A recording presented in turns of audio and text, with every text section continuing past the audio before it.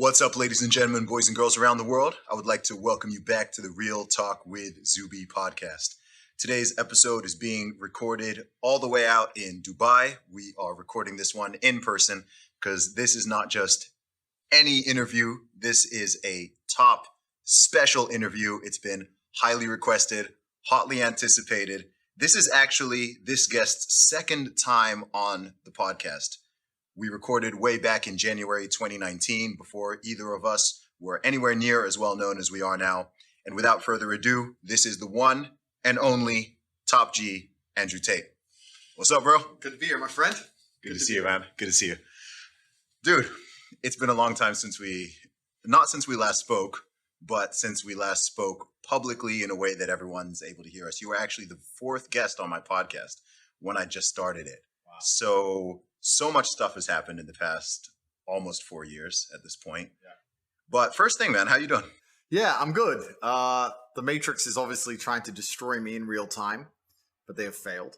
So as long as I'm still breathing until they decide to try and do something about that, it's a happy day. All in all, I'm pretty good. Yeah. What's it been like for you over the past couple of months? I mean, I've been watching this happen in real time, but what's your experience actually been like? I mean, mentally, it's been fine. However, I've been very aware and as it was happening, I was very aware of how much it would mentally affect the average person, if that makes sense. So although I'm completely fine with what they've tried to do to me, I've been sitting here thinking, if I was a normal dude, I'd be in serious trouble right now. Like, not just financially, not just your economics, but genuinely how you feel. When I was canceled, when they tried their very, very best to lie about me and then delete me from all social media and continue to lie about me, when you have the entire world trying to say you're something you're not, or convince the populace that you're dangerous when you aren't, or convince the world that you're a bad person when you know you're not, and a lot of people obviously believe it, then you start getting death threats, your family start getting death threats, and there's safety concerns. And I was thinking, if I was a normal dude living a normal life right now, this would be a serious problem. Luckily, I'm not a normal dude, which I put a life together that made me difficult to damage long before this, because I knew to a degree something like this was going to happen. But yeah, it was certainly an interesting few months when they began the attack. Yeah. And when you talk about the Matrix attacking you, for people who are not familiar with the terminology or maybe even the story, give us a rundown of actually what's played out. Sure. Well, I call the world the Matrix very simply. If the people who have seen the movie, they will know that our body heat inside of the movie, the body heat of humans is being harvested and used. And they occupy our minds with a false reality to keep us producing body heat long enough for the machines to function. And I believe that's a perfect analogy of what happens in the world today. I believe that our labors and our intellects and our work is basically being exploited from us and extracted. And to keep our minds occupied, they purport a false reality. Perhaps it's not a computer simulation like the movie, but it's certainly computer controlled. If the social media companies and the media companies can control the information people have access to, and they'll delete an entire side of the argument for anybody who tries to talk against it, then they are creating a false reality. And people are buying into this false reality so that they can stay asleep long enough to continue to be a slave. So I think the Matrix is a perfect example of what's happening in the world today. And anybody who stands up and speaks loudly up against the Matrix, if you do it too loud, too long, sooner or later they see you as a problem. They want you to go away. And there's 3 stages to that. First, they try and delete you everywhere and cancel you like they've done to me. The second stage is put you in jail for no reason. And the third stage is to kill you.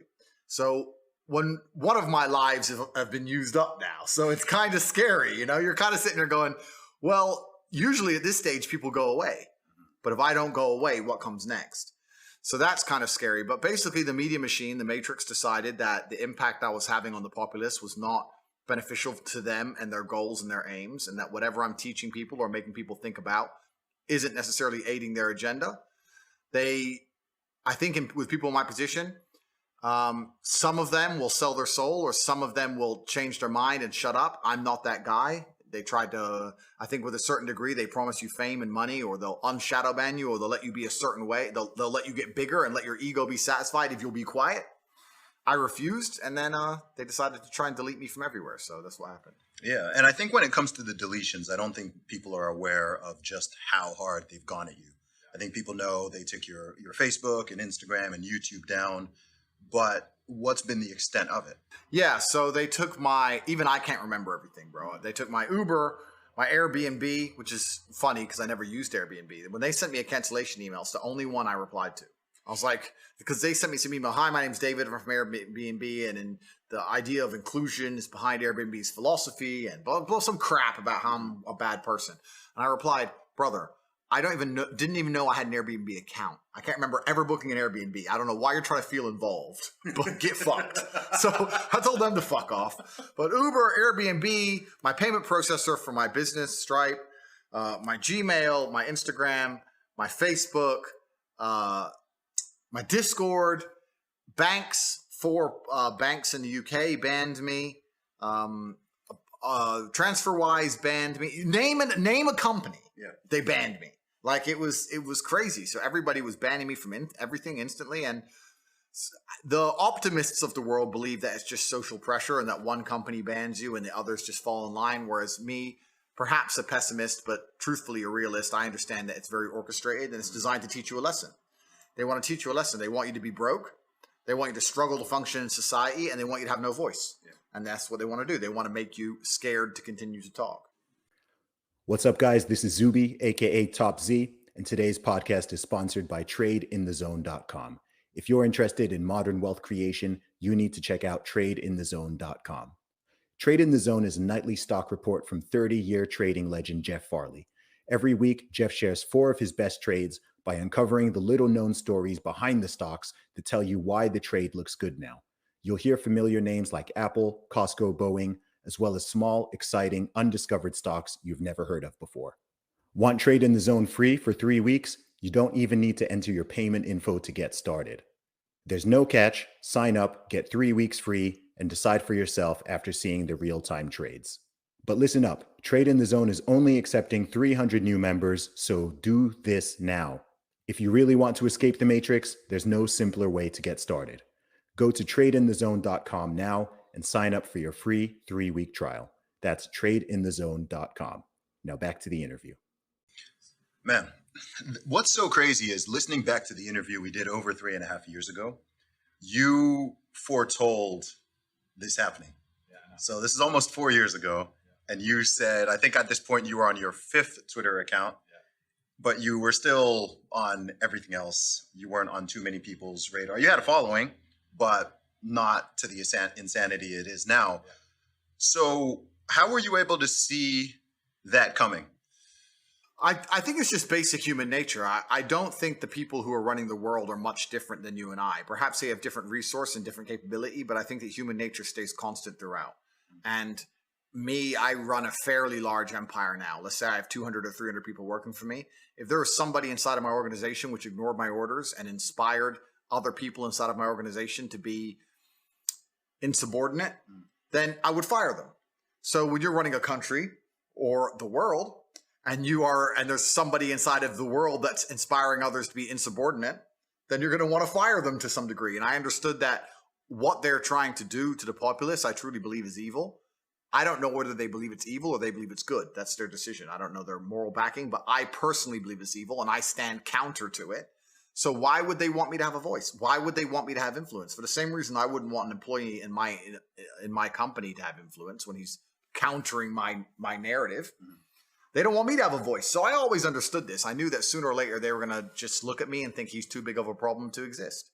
And they have to pretend to be balanced and fair, because when you're tyrannical, the number one thing you don't want people to realize is that you're tyrannical, right? So you have a massive voice, especially during COVID. It was me and you, the number one biggest anti-COVID guys.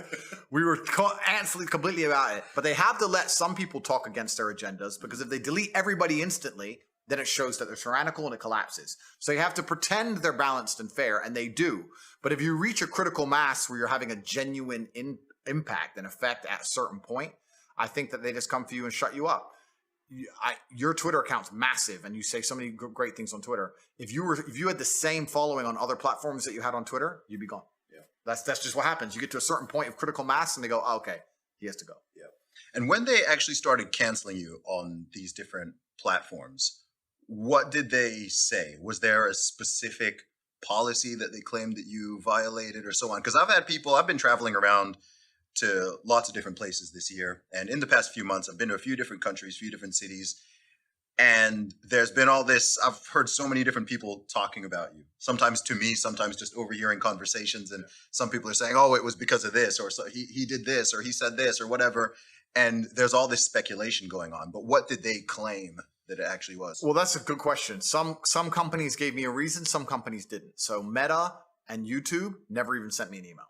They just deleted me completely. And in sync were these massive press releases, which obviously they had prepared statements to release to the press, but they never gave me an official reason by email. So they've never even told me why. And the reason for that is because I think they understood that they're probably going to end up in court, and they want to be able to make up their reason as they go along in the courtroom. They don't want to stick to a reason on the day. In fact, I've heard from reliable sources that terms and conditions for both of these companies have changed post my banning. So they've tried to protect themselves. So that's that. A few other companies, the ones who deleted me, like Airbnb, etc., it was the typical generic community guideline standards don't meet our current expectations of that. It's all vague garbage. And when you click accept to these companies, you're accepting terms and conditions that are so ridiculously vague. They basically mean we can ban anyone at any time without reason because we decided to. So they don't have to give you a reason, you know? The reason that they told the media is that I'm somehow hateful and misogynistic and I'm dangerous to the world, which I think anybody with a brain knows is absolutely not true. I have opinions, yes, but those opinions aren't going to be out here detrimenting society, not the way that most of the genuine evil that the mainstream media purports out to the children is actually damaging society. The reason they deleted me is because I was massively influential and they didn't like the direction in which I was pushing the youth of the world, which was to think for themselves. So they thought I had to go. That's what the real reason they did it, and they never even told me why. Why do you think they're so scared of that message? They're scared of a message. They're always going to be scared of any message that comes from somebody that people idolize and respect, which is basically telling people to be strong physically and mentally and to resist a slave mind and to think for themselves, because their number one agenda is to create worker drones. They don't want you to think for yourself, which means that to a degree you need to be weak, both mentally and physically. If you're weak, both mentally and physically, one, you're not prepared to defend your ideas, but especially if you're mentally weak, this is such a big point of it. And this is why I get so much flack for saying depression isn't real and all these things. If you're mentally weak and you're concerned in your own mind about even living day-to-day life because you find it such a struggle, there's no way you're going to take on a larger battle than yourself. You're not going to start resisting enslavement. You're not going to start fighting against COVID mandates. You're not going to be doing any of that stuff because you're too busy looking in the mirror crying your eyes out. You're selfish. You're self-obsessed. Happy people don't do that. Happy people, okay, my life is good. I'm happy. I want my family to be happy. I want my community to be good. I care about my country. That's why they don't want you to be happy. They want you to be miserable, weak, and they want to delete any morality from your brain because it's a baseline morality that prevents them from installing the slave programming. By getting you to a point where you no longer think for yourself, they can just tell you anything is true. That's what they're doing to us right now, Zuby. What they're doing is convincing people to ignore their own eyes. When you walk into the toilet as a woman and you see a big man and you have to pretend that that's not a man, you have to pretend it's not. Because if you acknowledge what your own eyes are telling you, you're the enemy, right? Once they can convince you to ignore your own eyes, well, that's the end of the game, isn't it? Now it doesn't matter if they see the sky is blue because the media said the sky is red. And that's the final level of slave programming they're trying to get us to. They want us to ignore our own eyes, ignore our own ears, ignore our innate morality, because we're all born with an innate morality inside of us. We believe certain things are wrong and right instinctually. They want us to ignore that. Get rid of all of it, empty brains, empty hard disks, and plug in the new program for whatever they think is applicable at the time. And it's going to be tyranny and slavery. What else would they want to program into us? Yeah. It's so interesting because when we spoke in 2019, and of course, every time we've met in person and discussed this stuff privately, we always talk about there's this fear. People are afraid. Yeah. People are afraid. In 2019, we were talking about people being afraid to speak out. You were like, I'm the only guy who's willing to say this stuff. No one else is saying it. And it's fun. It's weird because we were talking about stuff being crazy in 2019. Yeah. This is pre-pandemic. Yeah.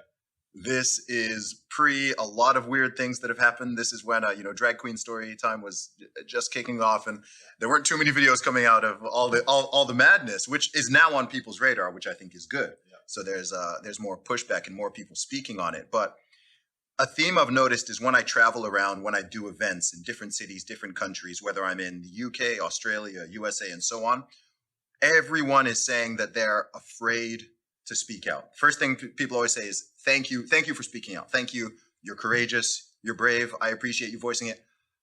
I can't say what you're saying. I can't do that. So even in the so-called freest countries in the world, people are feeling like they cannot, they can't speak. There's this pressure that's causing them to self-censor beyond what is a reasonable limit, to the point where, as you said, people will deny things that are objective facts, things that you can see with your own eyes, things that you can hear, and everyone's just going with it. And I think a lot of the nonsense we dealt with over the past 2.5 years, some of which is still going on, it was just that playing out on a massive, massive scale. So how do you think that question people always ask is, how did we get here? Yeah, cowardice is the problem. The world is full of cowards. We suffer from a pandemic of cowardice. We've never suffered from any other pandemic the last 3 years. People are absolutely and utterly cowards, and they do to me what they did to me to scare people. If you tell the average person you're going to lose contact with basically everyone you can speak to, you're not going to have a voice anymore, you're not going to have a bank account, you're not going to be able to make money online, you're not going to be able to move anywhere, you're not going to be able to transact, we're going to wreck you head to toe, the average person can't deal with that, right? On top of the fact that the average person is employed and they're scared of losing their job, scared of their employer. I'm in a unique situation because I'm extremely difficult to hurt. But the average person, as soon as you hurt their money, their life is over, right? And that's what we've got. We've got to a level of cowardice amongst the population where people are just going to sit there and ignore objective reality because they're scared of having this cancellation weapon used against them. So yeah, you're right. It's not that people don't agree with us. It's not that we're not saying the things that everyone knows are intrinsically true. It's that everybody is afraid to say it. And that can only end when everybody stands up and stops agreeing and playing this game and stops being cowards. We need mass numbers of people to say, no, I'm allowed an opinion. Mm-hmm. You know what? Nigel Farage, and since UKIP ended, I don't even know about his politics nowadays. I don't even know what he's doing. But he said something that was really interesting. He was asked about who runs the world. And I guess the person was trying to set him up for a question about the elites. And he said, truthfully, I'll tell you who runs the world. We do. Yes. Because we decide how much of this crap we're going to put up with. The problem is we're putting up with too much of it. Problem is everyone's a coward. And you're right. I get the same thing. Wow, thanks for saying it. Why don't you say it? And everyone is just terrified. And it really is truly crazy because fear has always been the control mechanism of man. The worst things that have ever happened in any society or any civilization since the dawn of fucking records has been done under the name of fear. Get the population afraid. What did Goebbels say? The propaganda minister of the Third Reich. Once people are afraid, give them a common enemy. They'll do anything you want. That's the Nazis knew this. Everyone knows this, right? So it's a basic playbook, but I think it's also a larger issue. I think that things like making sure people are semi-depressed, making sure people are divided, making sure people are selfish, making sure people are self-obsessed. They're trying to destroy people's will to stand up and care about anyone other than themselves. And once you do that, couple in with the fact that if you start to care about others and genuinely care about the world, you'll ruin your own life. Mm-hmm. It just makes people shut up. Yeah. And it's so interesting you say that because something that is not often discussed or analyzed, one of the strangest things I've seen in the conversation around you and your meteoric rise in fame and popularity this year is not a lot of people are thinking, okay, well, for that to happen, he's got to be saying some real stuff, right? Like you don't grow by hundreds of thousands of followers per day. Like I've been following you for years, but I think at the beginning of the year, did you have maybe 500,000 Instagram followers? Yeah. And by the time they took you off, you had about 5.7, 5.8 million. Yeah. This is in the space of a few months. So even when I was talking to people who, say they don't like you or I'm like, look, even if you don't like the message, you don't agree with it, rather than why don't you think about, okay, what is it? What's happening in the world? And what is it that this man is saying that this is resonating with so many people to such a strong degree? And it seems like people wanted to just skip over that and go, but these people can't think. These people cannot think. It's almost a sad realization when you wake up and understand that there's a large contingent of the world who cannot think. And when I say that, I don't mean that in some kind of, semi-sarcastic, or I mean that literally. There are people who have a strong emotional reaction to subjects they completely don't understand. There are people out there who will stand up and say, I hate Andrew Tate. Why? I hate him. He needs to go to jail. Yeah. Like, okay, why? I hate him. Why? They don't know why.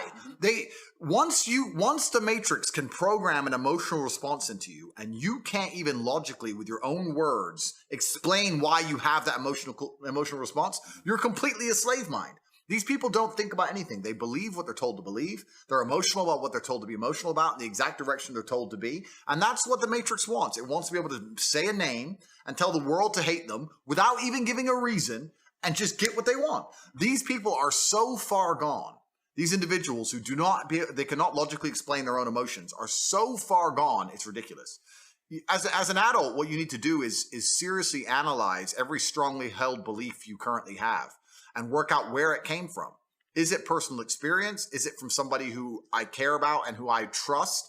Is it from what the news has said? Why do I believe this so much? Why do I have an emotional response to this? Where did it come from? People don't do that. They just sit there, watch the news, watch social media. I'm supposed to hate this guy, so I now hate this guy. So I know exactly what you're talking about, Zuby, because you're right. These people cannot think. They cannot even give a reason. There's a guy on TikTok who walks around and says, have you heard of Andrew Tate around college campuses? And people go, yeah. And he goes, do you like him? And they go, no. Why? He's a misogynist. What's misogynist mean? And then they can't answer. They don't know they don't even know what it means. Like it's almost sad. But then you live through the last 3 years and you realize that, yeah, people can't think. There's a large contingent of the world that truly cannot think. It's scary. Yeah, it is kind of scary. I mean, it's so interesting because as someone who knows you, and privately and publicly, I've defended you a lot this year because people have been saying super wild stuff, and people don't. I posted actually when were we in Romania? 2020. Yeah. I posted, it was while they were in the process of taking away your accounts. I posted a photo. I was just reading the comments and I was like, wow, people have such strong emotion. Why you, like, people will be mad that we're sitting here right now. You can't talk to this person. You shouldn't talk to that person, and so on. And the thing that blows my mind about it is, number one, I think I'm a pretty good judge of character. Yeah. Like, I'm a good judge of character in general. And also, I think that your overall message to me is very clearly positive. Yeah. That's the thing about it. To me, it's like, look, someone might not like this bit or that bit or disagree with that statement, but I'm like, look, overall, what this, it's not that dissimilar to me to what they tried to do with Jordan Peterson. Yeah. Like you have, I'd say the overall message, perhaps even of all three of us, is somewhat similar. There's a certain through line about personal responsibility, building yourself up, especially as a man, not falling into this victim game, improving your mindset, improving your body, all of these things. But people will just ignore all of that. They'll just ignore all the positive. They'll ignore the fact that you're helping people, motivating people, helping people. You get emails. I've had emails. Oh man, I was feeling suicidal. I was feeling this. I was feeling that. And just listening to you helped me. It motivated me, got me in the gym, and so on. And people will just gloss over all of that. Completely. And they make it out as if like all you talk about is women, yeah, or something. And that's what's crazy. But the reason they'll gloss over all of that is because, like I said, you have to ignore your own eyes. That's what they want. When you're fully slave-minded, I will genuinely state this as a fact. I will state this as a fact, even though I don't know it's a fact, but I would love for someone to do the study. Go out there in the world and ask 100 people if you like Andrew Tate or not. And the ones who say yes and the ones who say no, do an IQ test. And I guarantee you, the biggest idiots out there, when I see people who dislike me and I see them trying to explain why, it doesn't even make sense. It doesn't even make sense. It's like, it's English, but it doesn't make logical sense. And yeah, they'll come at me with the garbage about being a misogynist, etc. Not very often do people argue my points, because arguing my points is absolute destruction because they know they're wrong. So what they try and do is discredit my character. They say he's a bad person, he's a misogynist, he's done this, he's done that, he's evil. But what does he say that you disagree with? What does he say that's wrong? Oh, but he's a bad person. They can't argue against my points. And the only reason they try and say I'm a bad person is because they're weaponizing virtue to try and find a way to attack me. They can't attack me logically because they know I'm right. They can't attack my successes as a man or as a person. They can't say I'm not successful. They can't find anything bad to say about me besides bald, which they probably come at you with. But they say, where's your hair? Yeah. It's like, okay, cool. I shaved it off. But which is ridiculous in and of itself. But then they say, okay, well, then he's a bad person. And the thing about it is, once they understand that the only way they can attack you is by saying you're a bad person, it doesn't matter once that you prove them wrong. They're not interested in the truth. They're not interested in truth. You can sit and say, here's proof he's not a misogynist. Here's proof he has no criminal record, never done anything wrong. Here's proof he's a nice person.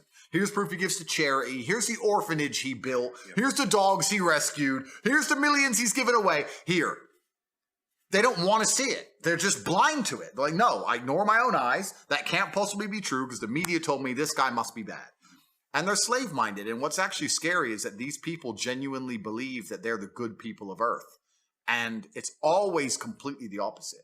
Those who can be programmed by the media machine and the matrix to just be slave-minded and not think for themselves are the exact ones who always commit the most atrocities. These are always the people who end up doing the most heinous shit. And when you ask them why, they're like, oh, well, at the time, I just, just put on the gas chamber, newspaper told me to, oops. That's who these people are. So whenever I see a slave-minded person, it's not just a matter of going, oh, well, you're a dummy. I look at them with genuine disdain. I look at you and think you're actually a bad person. You're genuinely evil. You cannot think for yourself. I don't even see you as a person I ever want to get to know or I'd love to deprogram you, but it's impossible. These people are genuinely the worst people on the planet.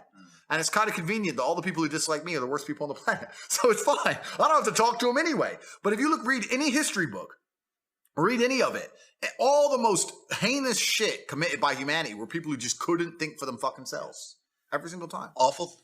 The worst things that have happened and that happen, I don't believe happen because most people are malicious or evil. I think it's that they are cowardly. I think a lot of it is cowardice. I think most people would rather be in the majority than be right.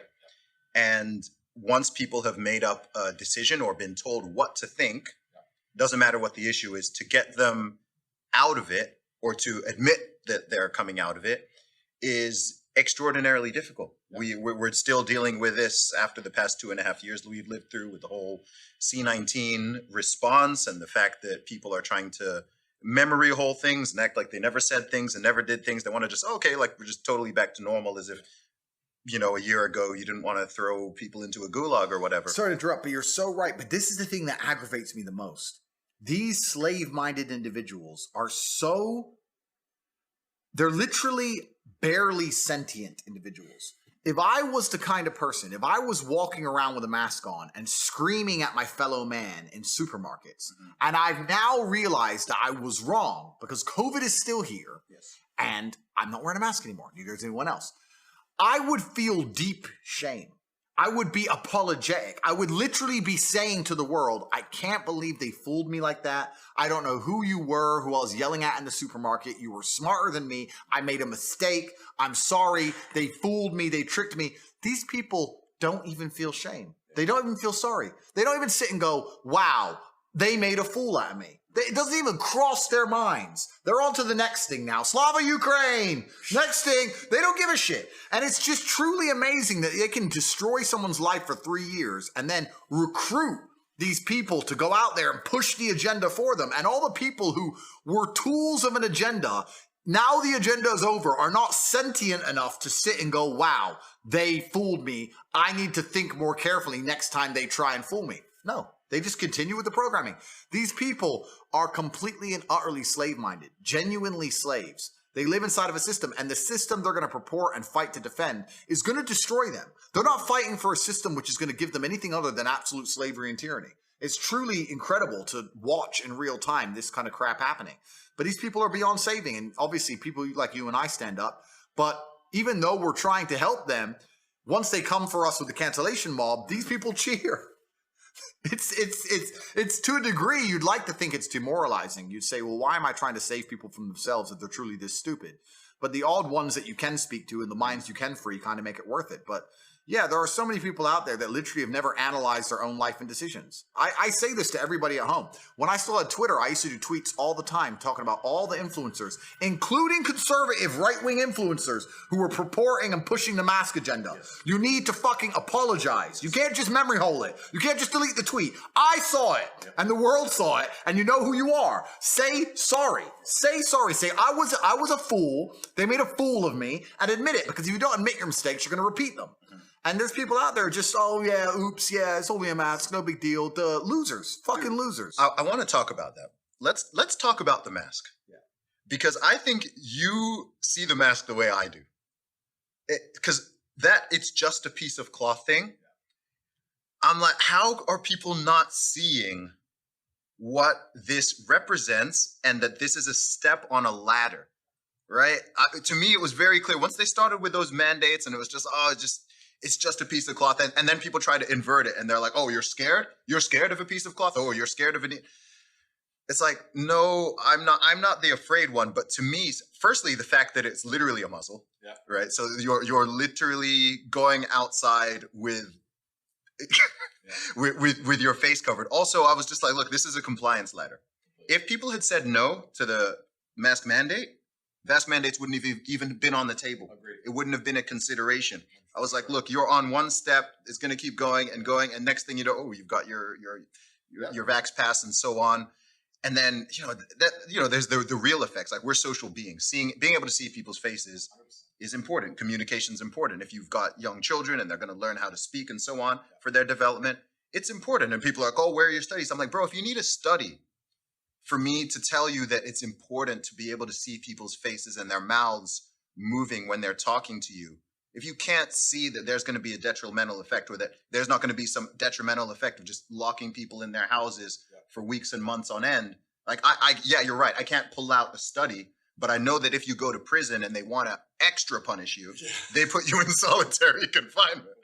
Yeah. So tell me, what are your thoughts on that? No, man, you nailed it. It was a compliance exercise. You're completely right when it comes to vax mandates. The only reason all this crap ended is because people finally started to wake up. If they would have woken up sooner, it never would have happened in the first place, which is why when I saw people at the beginning of this garbage purporting and pushing the idea, I was so infuriated by it because it was so obvious to me. And I'm talking about big figures on Twitter, right-wing conservative Twitters. I couldn't fucking believe how easily they all cucked out in cowardice and were saying, yeah, wear a mask, it's just a mask, it's just a mask. No, it's not just a mask. I'm a sentient being, and I'm an individual, and I get to decide what I want to do with my body. And if everyone else is wearing a mask, then they're already safe. So why do I fucking need one? I don't want to wear one. Who are they to tell me and force me to wear something on my face? Next, they're going to force me to put something in my bloodstream, which they attempted to do, and they failed. They did it to millions and millions of people. There was a guy on Twitter, I don't know if he's even still around, because he had a little bit of controversy, which we don't need to go into for the sake of morality. I mean, he was pro-mask, and I remember arguing with him back when I had an account. I was like, bro, what's wrong with you? Like, it's not just a mask. And then he ended up doing another tweet about how he convinced how his kids had to take the vaccine so they could play baseball or some crap. Then he went down the rabbit hole of complete degeneracy, and his fall off is pretty interesting. But it's just crazy. I couldn't, even from the very beginning, understand how people didn't see exactly what it was. It was a compliance exercise. And the people in charge of the world sat around laughing. And I really do believe it was laughing. People sit and say, oh yeah, C-19 was just for money. It's just about profit. And I think that's an optimistic way to look at it. Yes, profits were made. Yes, I agree it was just about money and money was involved. However, a lot of the people behind this stuff print money. They don't care about money because they print it. They make it up. They type it into computer screens. So they're not interested in making profit because they can make profit anytime they want by affecting global markets, right? It's not about that. What it's about is control and power and ego. And a lot of the people in the world who were complying with this crap, who have never had any power or don't understand how the world works, don't understand that it is inside of human nature to constantly get an endorphin rush from becoming more and more powerful. This is why rich men want to become more and more rich. This is why people with fast cars want to drive faster and faster. It's why playboys want more and more girls. It's why that's just human nature. And once you've been powerful for X amount of time and your family's been powerful for as long as you can remember, and you're a billionaire or a trillionaire or whatever you are, the only thing that's going to make you happy and smile is to feel more powerful. So how do you do that? You tell people, put on a mask when you walk in the restaurant, take it off when you eat, put it on when you stand up, take it off when you sit down. This has nothing to do with medical science. This is just pure compliance. This is just ha ha ha. Watch them put it on, put it off, stand up, do the musical chairs. Look at these dummies. dummies. Yeah. It's funny. And people don't understand that, oh, it can't just be for that. They didn't ruin all those lives just because it's a joke. Yes, they did. Yeah. You didn't go to your parents' funeral because it was funny. You stayed in your house for months for no reason because it was funny. You lost your business because it made someone else laugh. That's all it was. People sat around in charge of the world and said, fuck them. Let's have a game. Let's see how long this goes on for. Oh, it's been a week. No riots yet. Let's try again. No. A year. No riots yet. Let's up the game. Let's give them an injection. Let's make them all take an injection. Let's text them 7 times a day for an injection for something that has 99.9% chance of not killing them anyway. Let's give them something more. Let's mandate it. Let's stop them from flying. No riots yet. New variant. Yeah, no, now there's a new one. Now there's a new one. Watch out. Like, and people are just sitting there going, oh, okay. Like, it's truly, truly incredible. Yeah. Like, members of my family, some of them got the vaccine, whatever. I was like, look, you had a serious health issue. When you had cancer, you went to the NHS and they said, we'll send you a letter in 4 weeks. And you didn't get a letter and you had to call them and chase them and ask when your next appointment was. But they'll text you 8 times a day to get this injection. Do you think they really care about you living or dying? When you have cancer, they don't answer you. Like, well, how stupid do you have to be? And people would say to me, yeah, I know it's dumb, but I'll just get it. Yeah. Like, you know what? You know what else it is? I mean, two points. Number one is the fact that it was just everyday citizens enforcing this on each other. Yeah. To me, was the worst part. I'm like, look, government's going to do what government's going to do. Yeah. All right. I lost faith and trust in that a while ago. Yeah. But just seeing people, whether I was in the USA or in Mexico, or to be honest, people in the UK were not too bad with this. Portugal, oh my gosh, terrible. Yeah. Like, walking down the street outside, my first day in Porto, Portugal, and I get 4 people shouting at me on the street. It's sunny outside, nice weather. I'm walking down the street, minding my business. People are screaming at me to put on a mask.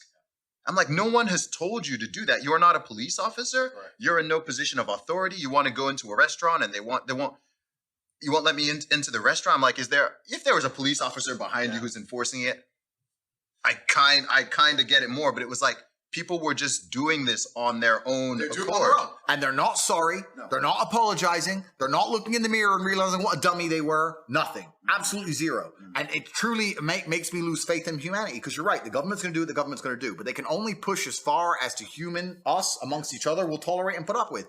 And that's why I'm saying slave minds are dangerous. This is why I compare the world to the Matrix. Inside the Matrix, Morpheus says, anyone who's not been unplugged is part of that system, and they will fight to defend the system. They need it. These people will fight to defend the system. And it's everywhere you go. It was the same crap. I walked into Prague, and I was in Prague, and I went into a restaurant, and the guy goes, have you got a Vax Pass? I was like, brother.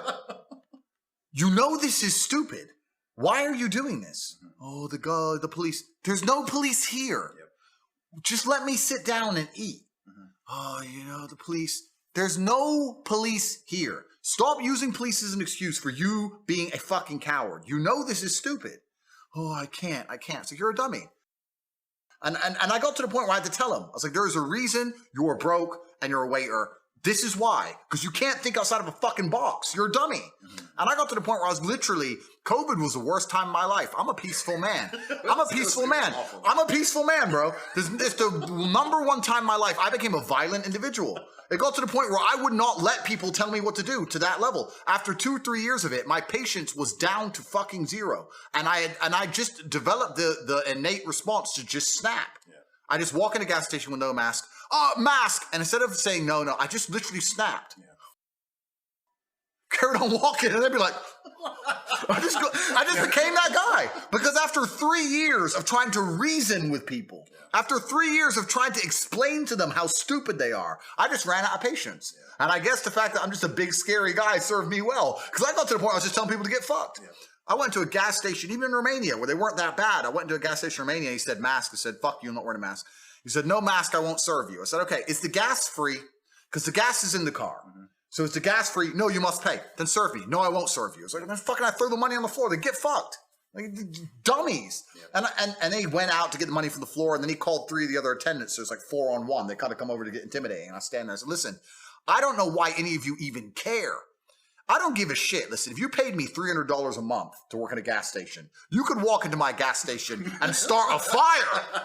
You could be in the corner with you could be stealing. You could be doing, I'll be like, please stop. Ah, fuck it. It ain't mine. Like, I was like, why do you guys, you're about to all get the shit kicked out of you. For a mask. It's not even your gas station. It's crazy. It's like these people are losing their minds over these mandates and these rules. And there was a couple times where I had these big events, these big like throwdowns, where I could see the other men around with masks on, and I could see they felt shame in their eyes. Yes. I could see they were like, he's the brave one. Why? Because they wouldn't say anything. I could see they were all shameful. And I was like, just take it off. Everyone just take it off. Why can't we all just take it off? Why am I like, I couldn't understand it, but bro, it was the worst time of my life. I really got to a point of just genuinely screaming at people. You know what else I did though? That was great. My number one response to women, because with men, it was just fuck you, do something about it. But with women, I had to be a little more tactful. So with women, when they say, oh, you need to wear a mask, I'd say, I'm a doctor. Are you a doctor? Are you a doctor? No, I'm a doctor. Shut up. And they just shut up. I said I was a doctor to people, and they'd be quiet. But the whole thing was just asinine.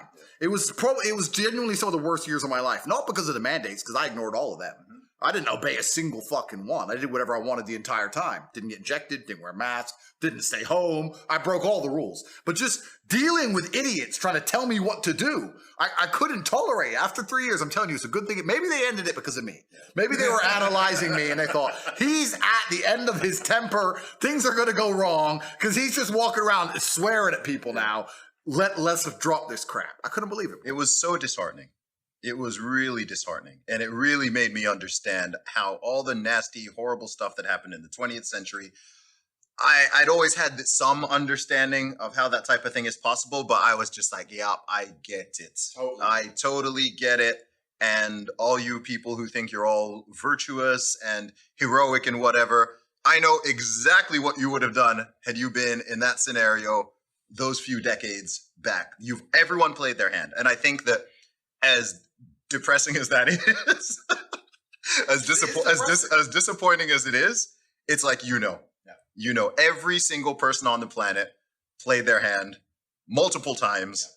Yeah. And so you just got to see it. What blew my mind about that whole experience is, I don't know why Sweden, of all countries, didn't do it. Yeah. That's weird. Because if you were to say, Andrew, choose a country that won't go down this nonsense, I would have chosen maybe Russia or like somewhere that's not global. Yeah, somewhere based.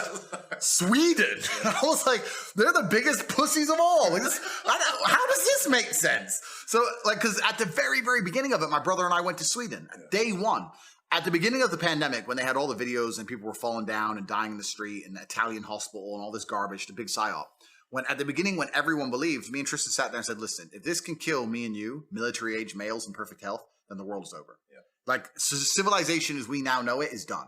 So there's no point hiding. Let's just go die. So that was our basic logical conversation. We flew to Sweden because Sweden was wide open. And after 2 months of partying every night in Swedish nightclubs, we were like, this is some kind of psyop. Because obviously we're fine. Yeah. Obviously the Swedes are fine. Their death rates are lower than everyone who's locked in their house. The English are clapping like performing SEALs for the NHS. Like, it's just like, talk about a psyop. People have forgotten how much goofy stuff happened. People have forgotten. Like, if you go back to early 2020 and you go, that's the thing that kept blowing my mind. If it was like one or two things didn't make sense or didn't add up, it's like, okay, fair enough. But I was like, guys, top to bottom, this doesn't make sense. This is not making sense. Yeah. And then you remember summer 2020 and, tens of thousands of people out protesting. Yeah. Even the health officials declared that, well, racism's a bigger pandemic than the virus. And these protests don't spread the virus. These protests do spread the virus. This country's open and it's fine. This one's closed and there's a pandemic. Like, you're right, bro. Like, but you're right. It destroys your faith in humanity. And what's scary is the next thing they come along with, a lot of people died from the results of the lockdown of C-19. There was a lot of genuine destruction to the world. I would argue that the mandates and solution to the disease was much worse than the disease itself, especially if you're going to include. But the next thing they come along with, people are going to slave mine their way into it. It's even happening right now. I don't talk about this subject a lot because I don't want to get assassinated, and I'm getting there. But the whole Russia-Ukraine conflict, the idea that Putin's lost his mind, that he's an imperialist, and he's invading for no reason, and Ukraine never did anything wrong, and NATO never did anything wrong, and we never aggravated Russia, and we never poked them at all, we never pissed them off. And the fact now that we have large segments of the population, which are, once again, like COVID-19, doing things and making decisions and taking action which are against their own interests, and the idea of the psyop behind it. People who obeyed the COVID rules, it wasn't for your own interest. You were psyoped into believing it was. And now we have large contingents of the European population who believe it's in their own interest to have heating bills go up 8x and inflation go up 20% a year, to send money and guns to Ukraine for a proxy war. Like, why? Why would you want that to happen? If the media wasn't psyoping you, why would you want inflation to get out of control, your household bills to get out of control, to fund a proxy war between NATO and Russia? What does that even give a shit? Anyone with a brain would say, you know what? No, just leave my electricity alone and let me earn money. Like it's completely crazy, but the media machine tells them to, and they'll just sit there and destroy themselves at will. Put a gun to your head and shoot yourself. Do it. It's for your health. Okay. It's crazy. The thing is, if it just affected the individuals who are in that mindset, then that would be one thing. Well, then it'd be Darwinism. So that would be fixed. But it's like, it's not enough for you to go for your jog with your mask on. You want to force me to do it. You want to force you to do it. You want to force. I'm like, bro, if you want, I've told off 0 people in person. I've screamed at 0 people for wearing masks, and I've screamed at 0 people for not wearing them. I've attacked 0 people for taking the shot. I've attacked 0 people for. I'm like, bro, mind your business. That's another thing that just went out the window. I'm like, dude, is nothing private anymore? Since when is it okay to tell people to do this or to ask people's questions about their medical history and this? It's just all this weirdo stuff got normalized. Yeah, it was truly clown world, and I have 1,000 different examples of conversations I had, but yeah, it was truly clown world, and that's extrapolating out, and that was a test for whether their media machine and their propaganda machine can still work amongst the populace. They tested it. I think they were pretty happy with how it went. It didn't go as far as they wanted it to go. I think they had much grander plans. At one point, they were really pushing for some really crazy things. But that's the way these things work when it comes to global control, right? You push, till you get to the point where you realize you can't push anymore. The people won't accept it. You give 98% of it back, and then you gain 2%. And you continue to do it on and on and on. And something else will come along sooner or later. And I do think that humanity and the world itself is heading for genuine global slavery. I do think that with things like AI and CBDCs, and as the world gets more and more technologically advanced, and as these people have a greater need for control, as the one bad thing about waking people up is the more people we wake up, the more threatened the system feels. Yes. And then they need a response to that. And their response is to shut up the people who talk. So it's getting interesting, but I think our children's children will live in a world which is very different from our own, and I don't think it'll be more free. I could only argue it would be the opposite. I think it's going to be a lot less free. Yeah. I think it's going to be a lot more difficult to do anything. All social mobility is going to be destroyed. It's going to be an interesting planet. This is what I always try to tell people, because the most common pushback I get when I talk about this stuff is, it's easy for you to say because you're self-employed. Yeah. You're not married and don't have kids yet. You're in this position. And my counter to that is, you should be going even harder on this because you have children. Think about their future. You're already here going, Zuby, how did it get to this stage? It all happened so quickly. I'm like, well, where do you think it's going to be in 20 years, in 30 years, in 50 years? If you continue to just allow every single one of these narratives being pushed by 1% of the population to run riot, do you want your daughter competing, not even being able to play sports because everyone in women's sports is male, right? Do you want penises in your daughter's changing room? Yeah. Do you want everyone do you want your kids to be judged based on their skin color, right? Whether they're white or they're black or whatever. Do you want these weird racial narratives? Do you want CBDCs and the government completely? Yes, they already control the money, but controlling it at a minute degree where they can just switch your money off and you can no longer buy food because you said the wrong. I'm like, do you want your kids to deal with that? It's not going to be you who deals with it, but your children, your grandchildren are going to. And yeah, that's and you're right. And they're still cowards. They're still cowards. It truly is crazy.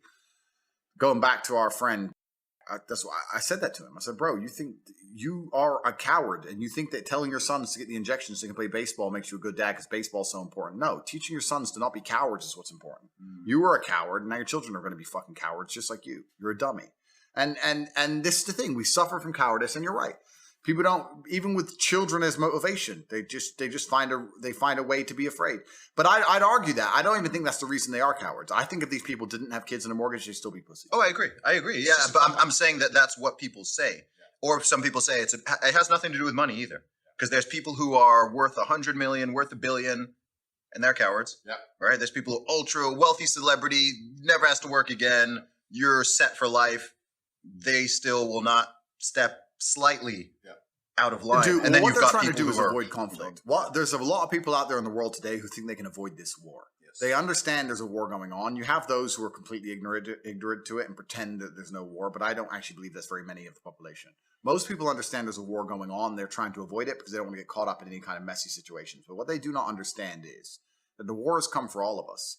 And your choices are very simple. Either you have your mind right and you understand objective reality and you're resisting against the Matrix and their narratives, or you're accepting their garbage so you don't have to resist against them. And now you're arguing with your own mind.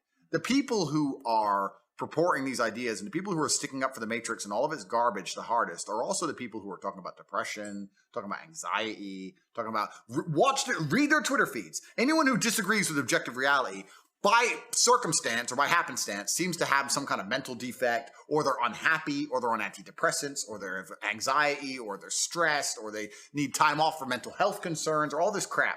Your mind and your body and your soul, created by God, have a degree of innate understanding of what's right and what's wrong. And if you go against that, you're going to feel guilt, and you're going to feel shame, and you're going to feel uneasy, and you're not going to feel normal. If you're going to go through life and accept all the garbage they tell you to put inside of your brain, I don't believe you can be happy that way. I don't believe you can be a happy individual walking around pretending that blue is green, pretending that green is red, like staying in your house, being fearful, being afraid, hating your fellow man, believing in these narratives that there's no way you can ever get ahead because you're systematically oppressed and held down by some whatever. And if you absorb all this crap, you're going to be an unhappy person. Yes. So I think that either your mind is right and you're happy and you're resisting against the Matrix, or you're an unhappy person who's absorbed the Matrix programming and you're resisting against yourself. We're all going to fight.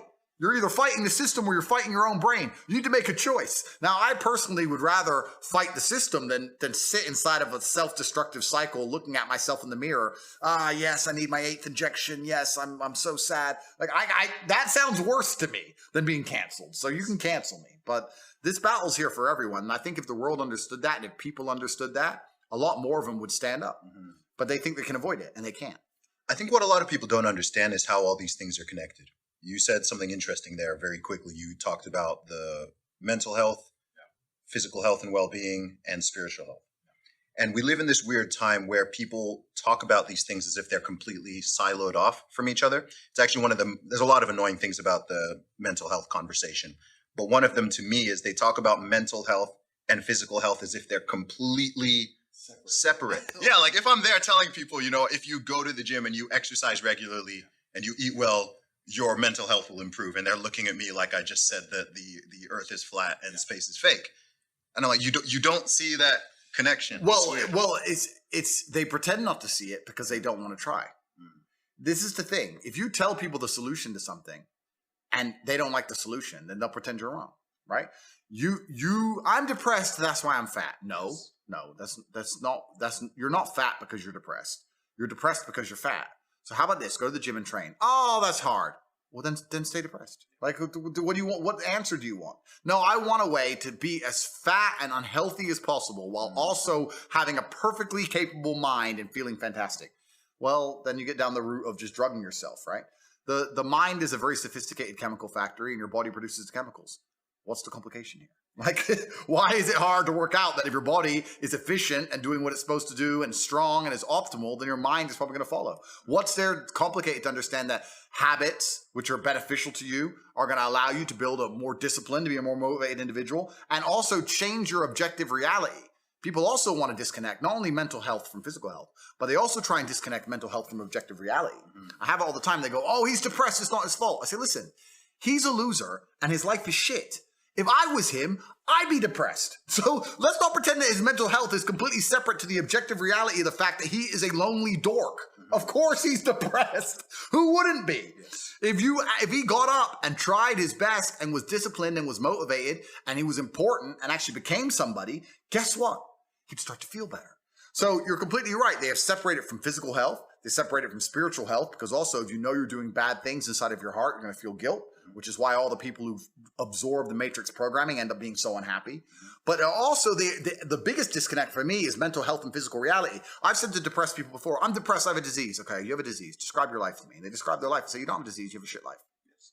That's it. You have a shit life. So you don't got disease, you're just a fucking loser. Fix your life, you'll feel better. No, it's not that simple. It is that simple, my friend, because I'll tell you something. I'm the happiest man on the planet, but if I was you, I'd be depressed because you're a fucking loser. So that's it. That's it. You're a fucking loser.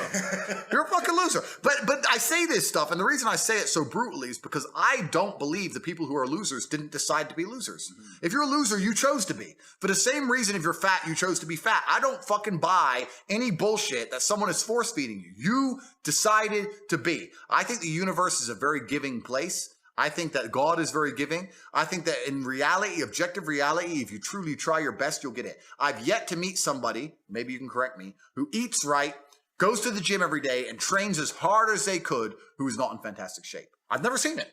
It's like, so the only people who aren't in fantastic shape are the people who decided not to do those things. So they decided. So I don't feel sorry for them. I'm done having pity with people. I'm done fucking sitting there going, oh, doop-de-doo. No, you decided to be a fucking loser. So your life's shit. So you're depressed. Good. That's what you decided to pull from the universe. I decided to pull the absolute opposite. Mm-hmm. And this is where your message and communication style is very polarizing. Because there's a type of person who hears that and is like, this Tate guy is the biggest a-hole in the world. Completely. He is toxic. Yeah. He is saying horrible things. Yeah.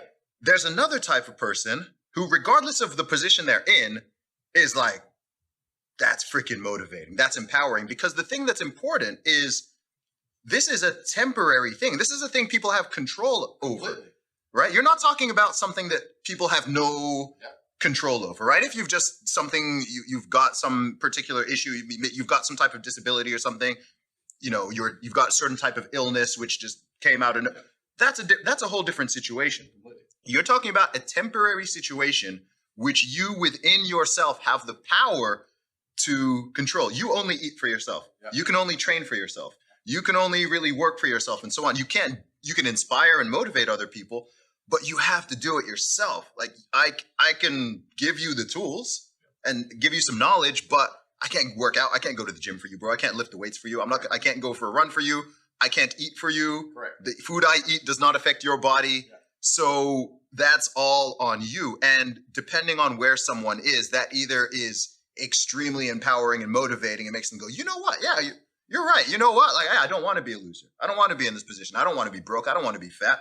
Let me put in some work. Yeah. And someone else is the reason that it triggers them is, and here's something else I've noticed, and this plays into a lot of other narratives out there.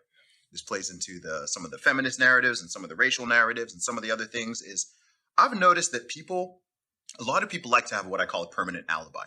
Yeah. Oh, completely. A permanent alibi, a permanent excuse, some type of system or person. It could be white supremacy. It could be the patriarchy. Yeah. It could be systemic oppression. It could be, the corporate greed. There's something out there that's not you that is the ultimate source of all your problems. And that's why these people never focus on themselves.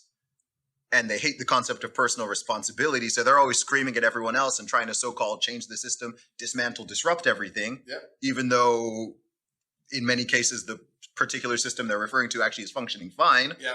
But rather than just going, you know what, actually, maybe I'm not fat because of the corporations or because of white. Maybe I should stop suing McDonald's because I'm eating it. Have you seen the people trying to say that they're obese because of white supremacy and stuff like that? And you're just like, bruh. But this is the thing. Yeah. And self-accountability is truly terrifying to a loser who knows they'll always be a loser, right? Once you realize that you don't have the mental fortitude to get up and change yourself, then the last thing you want is self-accountability. That's very scary to you. And that's why they fight very hard to push against it and pretend it's not true.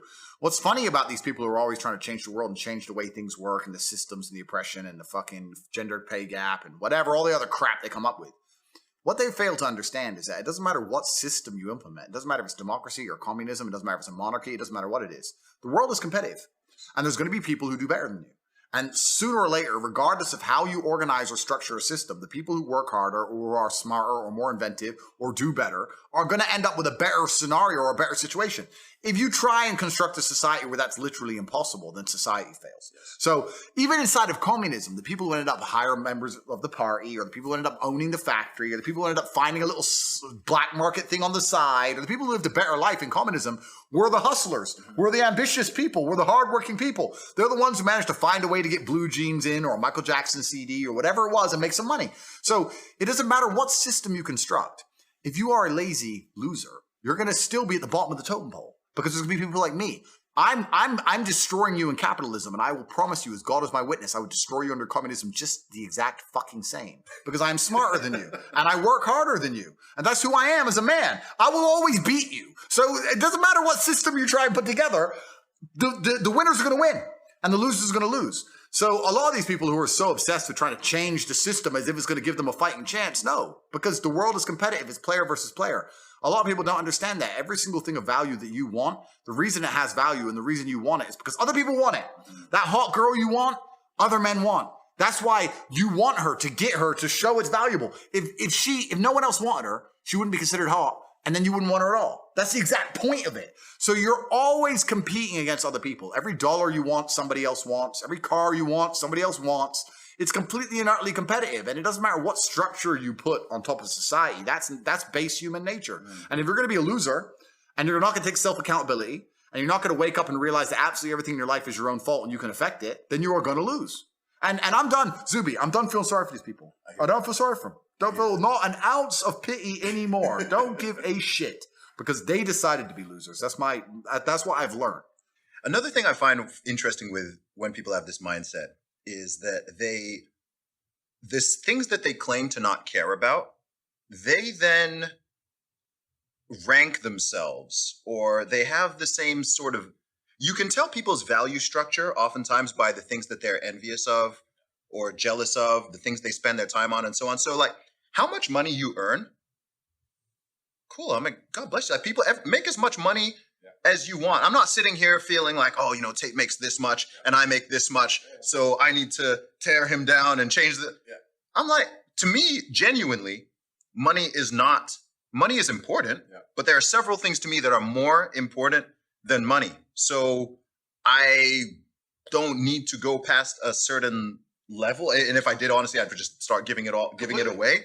But it's interesting because you'll get people who are like, money doesn't matter. I'm not materialistic, this and that. But then you're obsessed with how much everyone else is earning. Yeah. You see a guy with a nice car and you're angry at him. I'm like, wait, I thought you said you don't care that much about, you're not material. If you're not materialistic, a dude having a Lambo or a Bentley should not bother you in the slightest. You should be like, nice one, bro. Like, I got my life here. Yeah. I got my wife. I got my kids. I'm living my life. I'm in good shape. Like, I'm cool. I'm not the richest man in the world, but I'm cool. I'm great at these other things and I'm happy. Yeah. But it's weird because I find it so weird when people do this pocket watching thing and they're always trying to stoke this resentment of like, oh, this person's earning that much. I'm like, I genuinely don't care how much money anyone is earning, right? If poverty is a problem, income inequality, like, okay, I mean, I guess if it gets to a super extreme level, then it can cause some destability, but it's resentment, it's jealousy, it's envy. And I think it's weird to say you don't care about something and then you see someone else who has it or is doing well in that level and you want to make these nasty comments at them. That's very weird to me. Yeah, they hate themselves and they hate the world and they're nasty, bitter people, and then they try and hide behind virtue to attack others. They try and pretend that person having a car is not jealousy on their part. It's because they care so much about the starving kids who that money could go to some kid. How many times have you seen that shit on Twitter? Yeah, oh, you bought that car, but you could have donated to charity. How much do you donate to charity? When's the last time you did anything good for anyone besides sit around throwing around fake virtue that you've weaponized to be hateful? That's all they are. They're hateful people. They're sad people. Do you know the one where this was a few years ago, but I remember Jeff Bezos donated, I want to say $100 million. And everyone got mad. It wasn't enough. Yeah, I remember going through and reading these comments, and I was just like, bro, oh, this is only X percent, right? They go and look up his net worth, and then they do the calculation, and they're like, that's only, 0 point X percent of it. I'm like, bro, it's $100 million to homeless people. How much I'm like, I'm sure you guys are walking past homeless people all day. You're not giving them any money. You're not even speaking to them. You're stepping over them and so on. This guy's donated $100 million. Who cares if he has billions more? That's 100. I was just like, you know what? These people are bro. You can't satisfy these people, and you're right. They'll step over a homeless person all day long, and they won't give 1% of their net worth away. What's actually scary though, once you kind of get to a certain level of wealth, you get these charity things all the time. People come to me and say, "Why do you give to charity? Why do you give to charity?" And I don't advertise my charitable donations because I don't want to buy virtue, because that's what I think it is. If you give a bunch of money away and then you tell everyone about it, you're just buying. I feel like you're paying to be liked as opposed to giving to charity. So I don't really mention it. But what I have start noticing is it's hard to give to charity because most charities are a fucking scam. So like I built an orphanage in Romania and I have my own charity that rescues street dogs. And then I do a lot of charity personally. Like if I know somebody and they have a problem, I'll give them money. I had a friend whose daughter was sick. I gave them money, or I have a friend who needs something. I'll give him money. But people go, why do you give money to charity? It would really bother me to give $5 million to some charity, some organization, and less than 1% of that end up helping anybody. And that's the truth about most charities. So people go, give money to charity. I say, no, most charities are just NGOs and covers and scams. I'm not funding some chief executive's Lambo. The guy you see on the Lambo on the street you're mad at runs a charity. Like, these people don't even understand how the world works. They don't even understand the world. So it's not even that easy to just give money away like they pretend it is. But these people don't care about humanity. These people are anti-human. These people just care about trying to feel better about themselves. And there's a reason why they say misery loves company. And when you're truly hateful and you hate yourself because you've absorbed the matrix programming, and like I said, you're always going to be unhappy because of that, then the number one way you can feel better, in fact, probably the only way you can feel better besides snapping out of the dream, is to attack other people and make them feel bad. I know, I'll say this now, and everyone's going to say it's arrogant, but it's true. The reason the hate storm around me is so fervent, and the reason it got to such fever pitch, is not because of the things I say. It's because I am tall and strong and funny and sexy and humble and charismatic and rich as fuck. That's why they looked at me and go, he has everything. But now's my chance. It's like trying to get the school bully. Even though I've bullied no one, it's trying to get the cool kid in school. He's the cool guy. Look, he has all this money, and he's tall, and he's got his fun life, and he's got his jet, and he's smart. There's nothing I can attack this guy with. He ticks every box. But now we're ganging up on him. The rats are ganging up on the tiger. We can get a bite in. Now's the chance. If I was any less fucking successful or objectively, if God hadn't given me so many of his favorite attributes, if I didn't have everything every man could dream of, they wouldn't have attacked me like they did. The reason they did is because there's people out there who have none of the things I have, and they just said, and they were just angry. They're angry. It's nothing to do with what I say. If anyone actually listens to what I say and doesn't let their ego get in the way, they'll understand that it's a massively positive message. You're right. The way I word things can offend some, but those people who are too offended to take positive from it are a lost cause anyway. Good. Well, you're a lost cause. Goodbye. But most people who listen to my stuff can understand it. But yeah, that's what it truly happens. These people are just hateful people. They're full of hate. They're the least tolerant, most hateful people on the planet. Yeah. What I like to say with people, even people who take an issue with you or some other people, is I say, look, you can eat the meat and spit out the bones.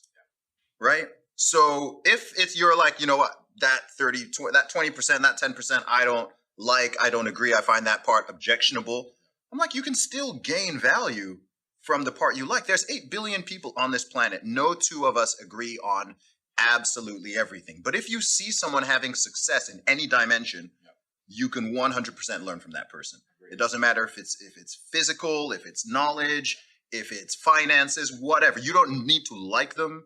You don't need to think that you can learn from people you don't even like. And perhaps in the process, you might find that, oh, actually, I do kind of like this guy, and he's not as bad as what I thought he was, or whatever.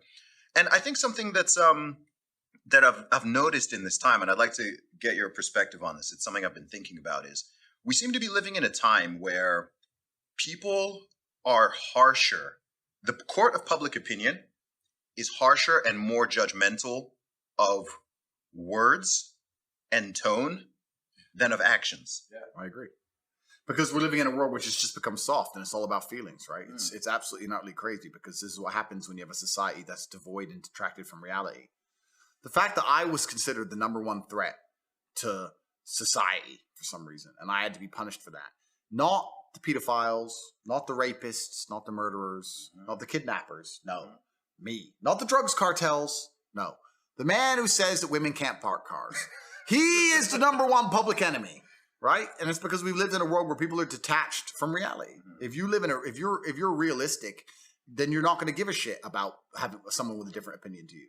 There's a reason why when I go to countries which are not as economically successful as the West, nobody has a problem with me. They're like, yeah, I like what you say. I disagree with some things, but I need to feed my family. So cool. They don't have time to be offended like these people do. These people are absolutely massively coddled. They're spoiled. And they think that by just attacking people like me, that somehow they're going to feel better about themselves. What they don't understand, the great irony of it is the reason, we all know the age-old saying, strong men create good times create weak men, blah, blah. But it's true. These people out there who are living such a spoiled, coddled existence that they have the time to research everything I've ever said, find the 15 seconds out of the 4 years of podcasts I've done that really, truly offend them, then cut it up. Then make a Twitter account dedicated to spreading that as far as possible. The only reason they can live in a society so soft, or they even have time to do that garbage, is because of men like me. So they're attacking the creators of their own fucking cradle. It's truly crazy because it's men like me of drive and determination and purpose who stood up and didn't accept the slave programming of the time that built countries like America and the UK, that built these countries. So they're attacking me, not understanding they're destroying, they're biting the hand that feeds them. Because when men like me give up on you and we all disappear and you're left with only people like yourselves, you just eat yourselves to fall apart and you get destroyed. So it's kind of like full circle. God has a plan. All the people who hate me are going to end up paying for it because they need me. They need men like me. And I know this. I say this to feminists all the time.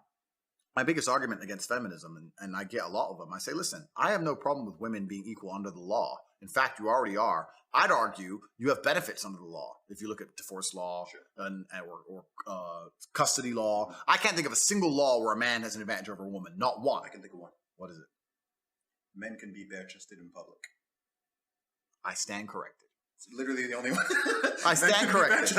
I stand correct. I stand corrected. I think we can fix that one for the ladies if they want to have a go at it. But in general, I think we're already equal under the law. I don't believe in the gender pay gap. That's been debunked a billion times. But I sit there and I say to these feminists who say that we don't need men for anything. I had an argument with a feminist. She goes, "Why do we even need men?" I said, "Listen, my dear," which she hated, "my dear, you need men to defend feminism." Because we're sitting here and arguing and we're differing on opinions. And there's 4 of you women and there's here by myself and we're differing. But if this argument were to become heated and fever pitch, and let's say you were to attack me with an ashtray, right? And I were to defend myself, the only chance you 4 would stand is calling a man, a police officer, to come and protect you. You need men to stand up for your ideals. You want a feministic society, but if another country comes to destroy you, you need men to go fight in that army. If there's going to be crime in your feministic society, you need men to turn up and deal with it. The only reason feminism survives is because men will allow you to have your idea and defend your idea for you. When the Taliban took back Afghanistan, the reason that the local people that the USA had trained, the Afghani Defense Force, the reason the ADF gave up so quickly is because they looked around at the ideals they were defending and realized this is bullshit. Imagine this. America are there. They're giving you money. You're not really even in a war. You're sitting around with a gun. Taliban are just chilling. It's pretty easy, right? America leave. Taliban start mobilizing up. You're standing there next to a girls' school with your AK. You're going to look at the girls' school and go, fuck it. And you're going to quit. Why are you going to fight for that girls' school? Now, feminism's so real. Why don't the girls fight for their school? Oh, it turns out that when there aren't men prepared to die for feminism, it all goes away. When aren't men prepared to defend the feministic ideal, then feminism's not even a real thing. You need men who are prepared to die for this garbage. So when a feminist goes, what do we need men for? For feminism. Because when the women had to defend their own school, guess what happened? It closed down. It's not even a real concept. Men are always going to be the physical bottom line of society. Violence is always going to be the unfortunate underpinning of civilized society, and men are simply more capable of violence. So any idea you hold, any idea you want in your mind, understand that any idea, any law, and all of these things are underpinned by violence. You're only allowed to have the idea because society has said so.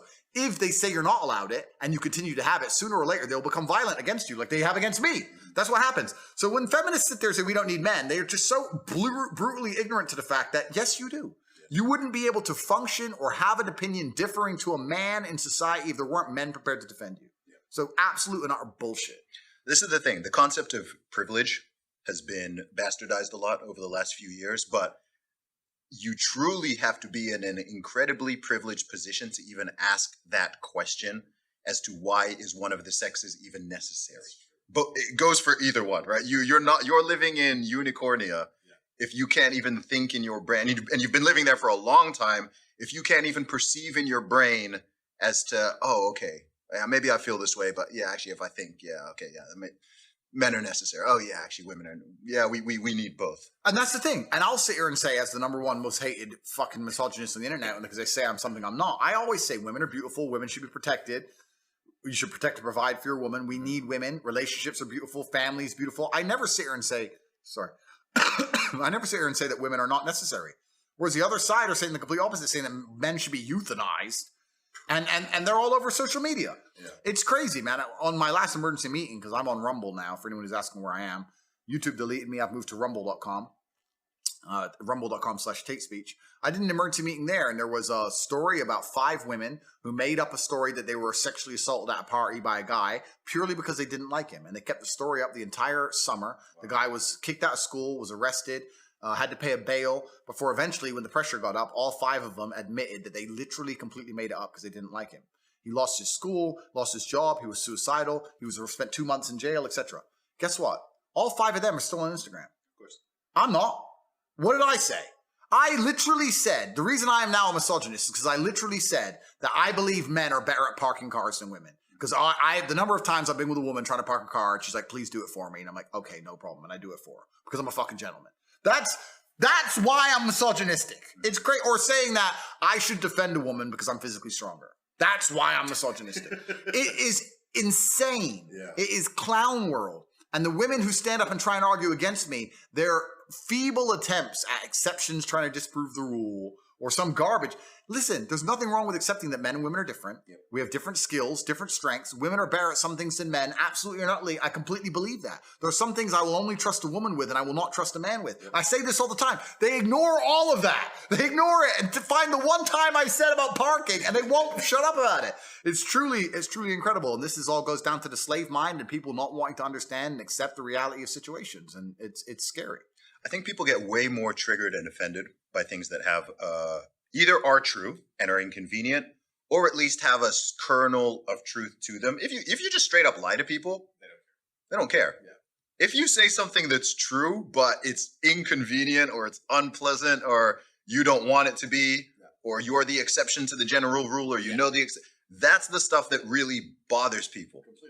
I've noticed that. Completely, yeah. If I was walking around just lying, I wouldn't have got canceled. No, you wouldn't be considered a threat. So exactly. So I'm a threat because I'm saying things that people know are innately, at least to a degree, true. Yeah. To some degree. And you're right. I don't expect everyone to agree with everything I say. Of course, I'm not. That'd be completely insane of me. But I also didn't put a magic spell on the world. This is another thing people have to understand.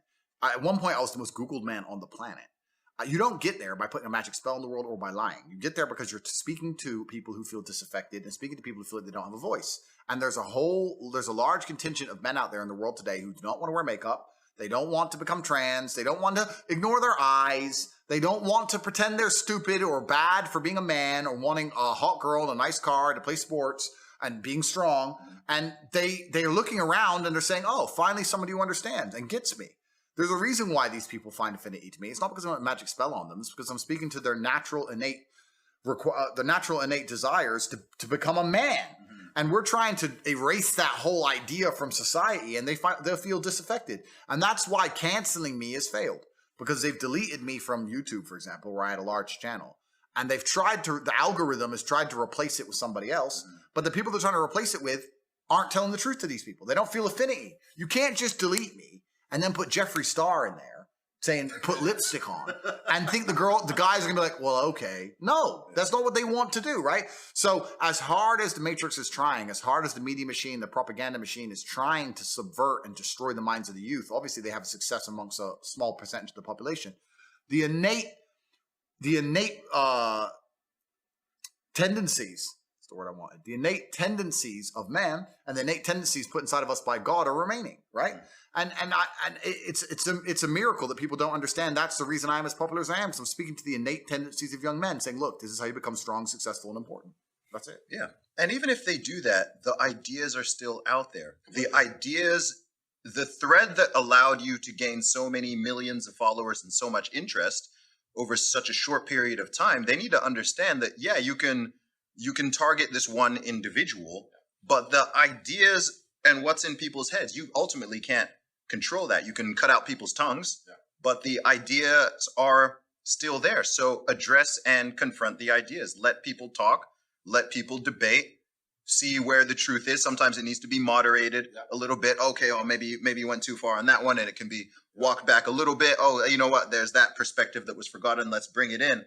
And yeah, I agree with you. I think long term that they're sowing the seeds for their own destruction. They're sowing the seeds for competitors, obviously, but also just in terms of the long-term societal trajectory, as scary as it may be, in this moment with all this deplatforming and censoring and so on happening, I'm like, well, you can't get rid of the ideas ultimately. Correct. They can't get rid of the ideas. And that's the thing that they're trying very, very hard to. They've been trying for a very long time, but the ideas remain. God instilled them inside of us. We have innate understandings, and they're struggling very much against it. And that's the reason why when I speak to these innate understandings, they don't want people to be reminded of them. Mm-hmm. They literally, I can't imagine being a man and believing or acting the way they want me to act or the things they want me to believe. I'm trying to imagine being myself, but believing the things they want me to believe and acting the way they want me to act. And I don't know how I'd function in society. Yeah. I think that life is very, very hard for a man. It was certainly very, very hard for me. I can't imagine having no mental resilience. I can't imagine being that fragile. I can't imagine being that offendable. Mm-hmm. I can't imagine believing there are systems which are going to oppress me and prevent me from ever becoming everything I want to be. I can't imagine being that way. If I were to try and absorb all those mentalities and then live a normal life, I don't think I could do it. Yeah. There's a reason why these people end up on ADHD, anxiety, depression, and I get it, because it's just suicide. It's literally mental suicide. Mm-hmm. It's suicide. What do you think is the hardest challenge for the average man today? That's a good question. It's a really good question. I think that a lot of people don't understand that it's all of the challenges and struggles that's going to make them, it's either going to make or break them. I don't read studies very often, but I was sent a study about stress from somebody. It's probably the best study I ever read. And it's talked about the placebo effect of stress. And it said that they took some of the most stressed people in the world, CEOs, etc. And the ones who believed that stress was really bad for them were dying earlier because of the cortisol inside of their blood. And they said stress was really bad for them, they were having heart attacks. But the ones who believed that stress was good for them and it made them perform, I perform under pressure, stress is good for me, they were living longer. So the same drug inside of their blood, how they framed it inside of their mind had different effects on their body. So from that point onwards, even though I already thought this way, I knew I was the right way. I knew it was the right way to think innately because I've done pretty good in life that way. But this confirmed it. Every time I feel stressed or under pressure, I get excited. I hate to not be stressed. I wake up and I'm like, everything's fucked. Good. Yes. Like, that's just how I am, right? But it's how you adopt, it's how you look at the problems and how you use them to fuel you. So the question was, what's the problem for the average man today? What's the biggest problem? I think there's a whole host of problems. But what you have to do is frame it inside of your mind and understand that all of those problems are going to allow you, give you the fuel and the unlimited motivation that you need to become a successful and beautiful individual if you frame it in the right way. If you take a man and give him a life shielded from problems and he never has any to face, I guarantee you he's terrible at being a man. The best men in the world have gone through shit. That's why women love scars, because it didn't kill you. That's the whole point of it, right? So the best thing you can do as a man is look and go, okay, this is hard, this is hard, this is hard, this is hard. I feel negative because these are all so difficult. I'm struggling with X, Y, Z. Let me internalize all of that and turn it into a superpower. Let me become genuinely uncomfortable with my situation in life and go and fix things. Because like I said, the universe is absolutely and utterly very giving. And if you truly hated being in the position you were in, you wouldn't be there very long. Yeah. So I think that the number one problem with the world today and the biggest problem that men face isn't the problems themselves. It's just the way that they are been taught to mentally frame issues. People think when bad things happen to them that somehow they're a victim to the universe and bad things only happen to me and this is so terrible. They don't understand that bad things happen to everybody. And the most successful person you know had all those, probably, maybe even worse, at least the same bad things happened to them. They just framed it differently and used it. That's the difference. So I don't pray for an easy life. Yeah. I pray for a life of difficulty that allows me to become a better and better person. I pray to become more competent to handle problems. I pray to put myself in a position where if the mass media machine attempts its very best to destroy my life, I can laugh and smile from my villa in Dubai. Yeah. This is who I pray to become. I don't pray that nobody hurts me. I pray to be able to fight. So it's just a different mentality. Where did that mentality come from? I know your background story. Listened to tons of your interviews. I know the big impact, especially your father, had on your life. Was there were there a handful of pivotal moments for you where your mindset just shifted? I know you've talked before about being young and seeing people driving by in flashy cars and it annoying you and not annoying the people around you. But I'm really curious to know where the Tate mindset came from. It's a good question. I think a lot of people build their mindsets around trying to feel good. Okay. So that's why we were talking earlier about people who want to ignore the idea of personal responsibility or self-accountability because they feel better if they pretend it's not a real thing. They feel better if they pretend everything's someone else's fault. A lot of people's mental model and how they view the world is based around them feeling as good as possible. So when you sit there and talk to somebody who has the mask on and they refuse to believe the elites are laughing at them, it's not because they can't comprehend the ideas. It's because they feel better if they don't believe that they are a clown to the elites. I feel better if this is really all innocent and it's really all about a disease. Mm-hmm. So people are they're basing their mindsets around trying to feel good. I have always tried to base my mindset around absolute competence, regardless of how I feel. And there are certainly disadvantages to that. There are times you're going to be a lot more pessimistic, or you're going to be a lot more stressed, or a lot more, pissed off about certain things than others. Yeah, that can be seen as a downside. But like I said, I use all of those things for unlimited motivation to propel my endless upward trajectory. But if you construct a mindset that allows you to be as competent as possible, as opposed to feel any different or feel better, then you're going to naturally come to the conclusions I've come to. You're as competent as possible if you believe you can affect absolutely everything about your life. You're as competent as possible if you believe absolutely everything that's happened to you, whether good or bad, is completely your fault. You're as competent as possible if you believe the bad things that happen to you are going to allow you to work harder and become even better. When bad things happen to me, the first thing out of my mouth is good. Good.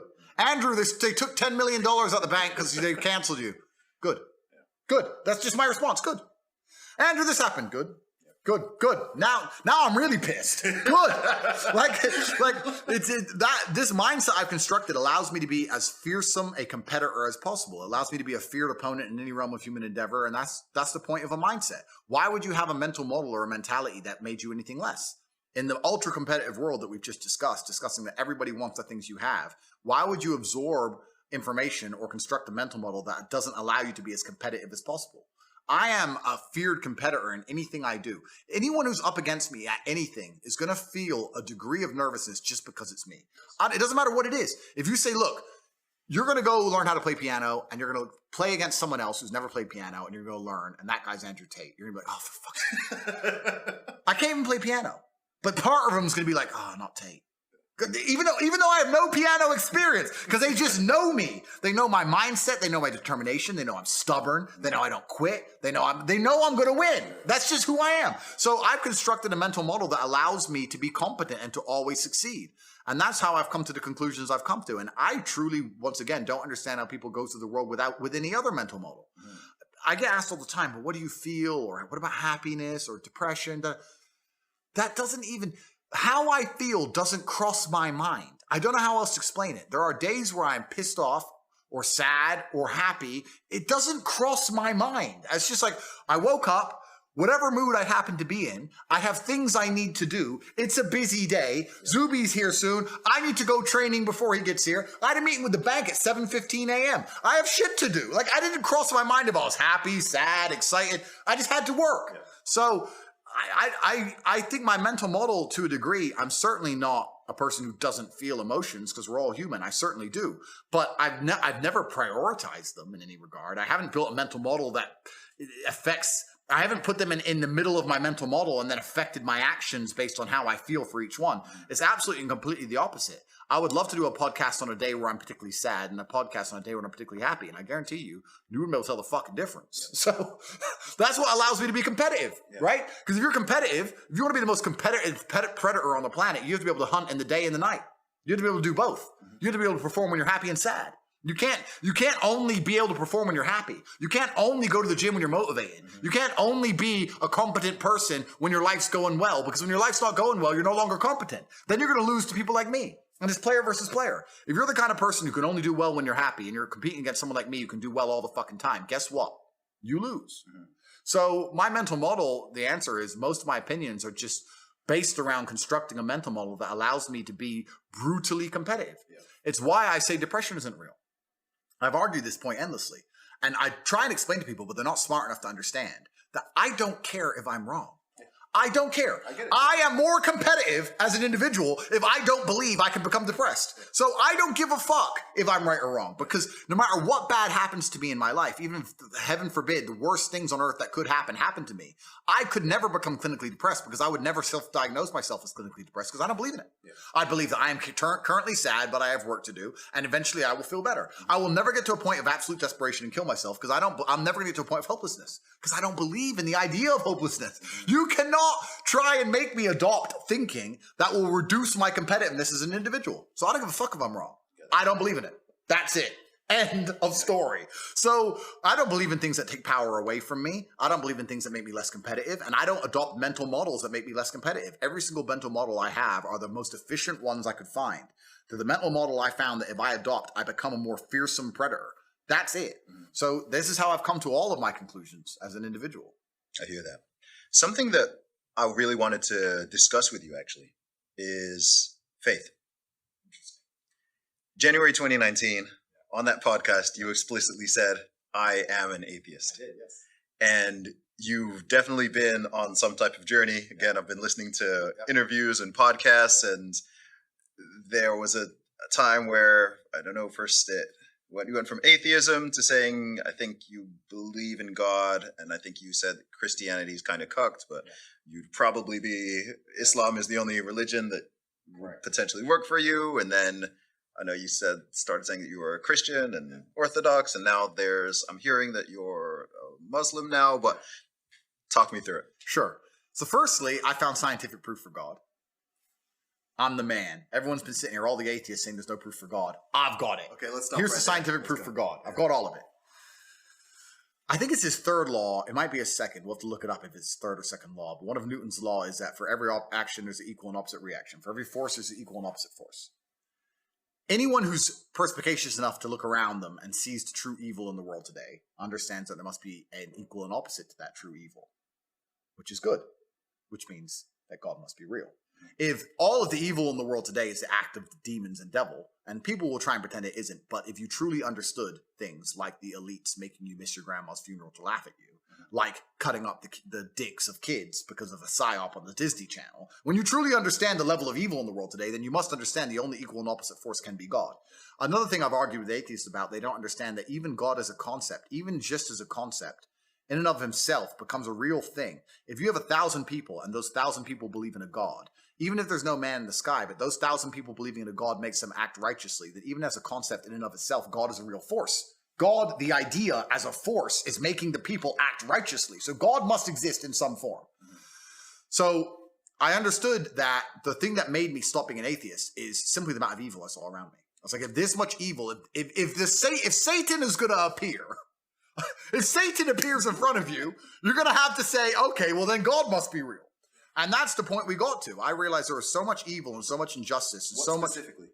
It's just the endless, genuine, deliberate attempts at destroying the baseline morality of humans. Just making us believe that to the point where pedophilia isn't even bad anymore. Like incest is okay. Like things we know are wrong. We just innately know it's wrong. And they're just trying their best to destroy our moralities. And these moralities were installed in us by somebody or something. I believe God now. And they are attempting to destroy them. Who would attempt to destroy the baseline morality that was God-given? Satan. So if Satan is trying to destroy our morality, then God must be real. So equal and opposite forces, Newton's law proved God. So once I realized God was real, it's like, okay, then you have all these different interpretations of God, which is interesting. What's interesting about the Christianity-Islamic debate is that they're both Abrahamic. And also, people said to me, well, you're not from the Middle East. Why would you be Muslim? And it kind of makes me laugh. I say, Christianity, didn't that all happen in Palestine? Like, all of it comes from the same place, right? I'm not a scholar, so I don't want to get on the scholastic route, but Christianity and Islam have a lot in common. They worship a lot of the same people. Islam has another book, the last book, which was the Seal. And truthfully, if we're going to step away from the scholarship angles and talk about the Bible and the Quran, etc., I look at it in a different angle.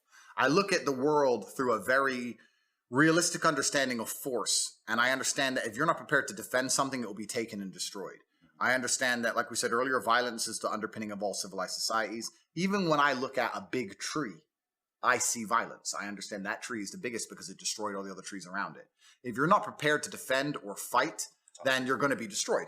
So when I look at Christianity in its current form, I don't think that they can be right in terms of their interpretation of God, because if they were correct, God would give them the strength to defend themselves. And they don't.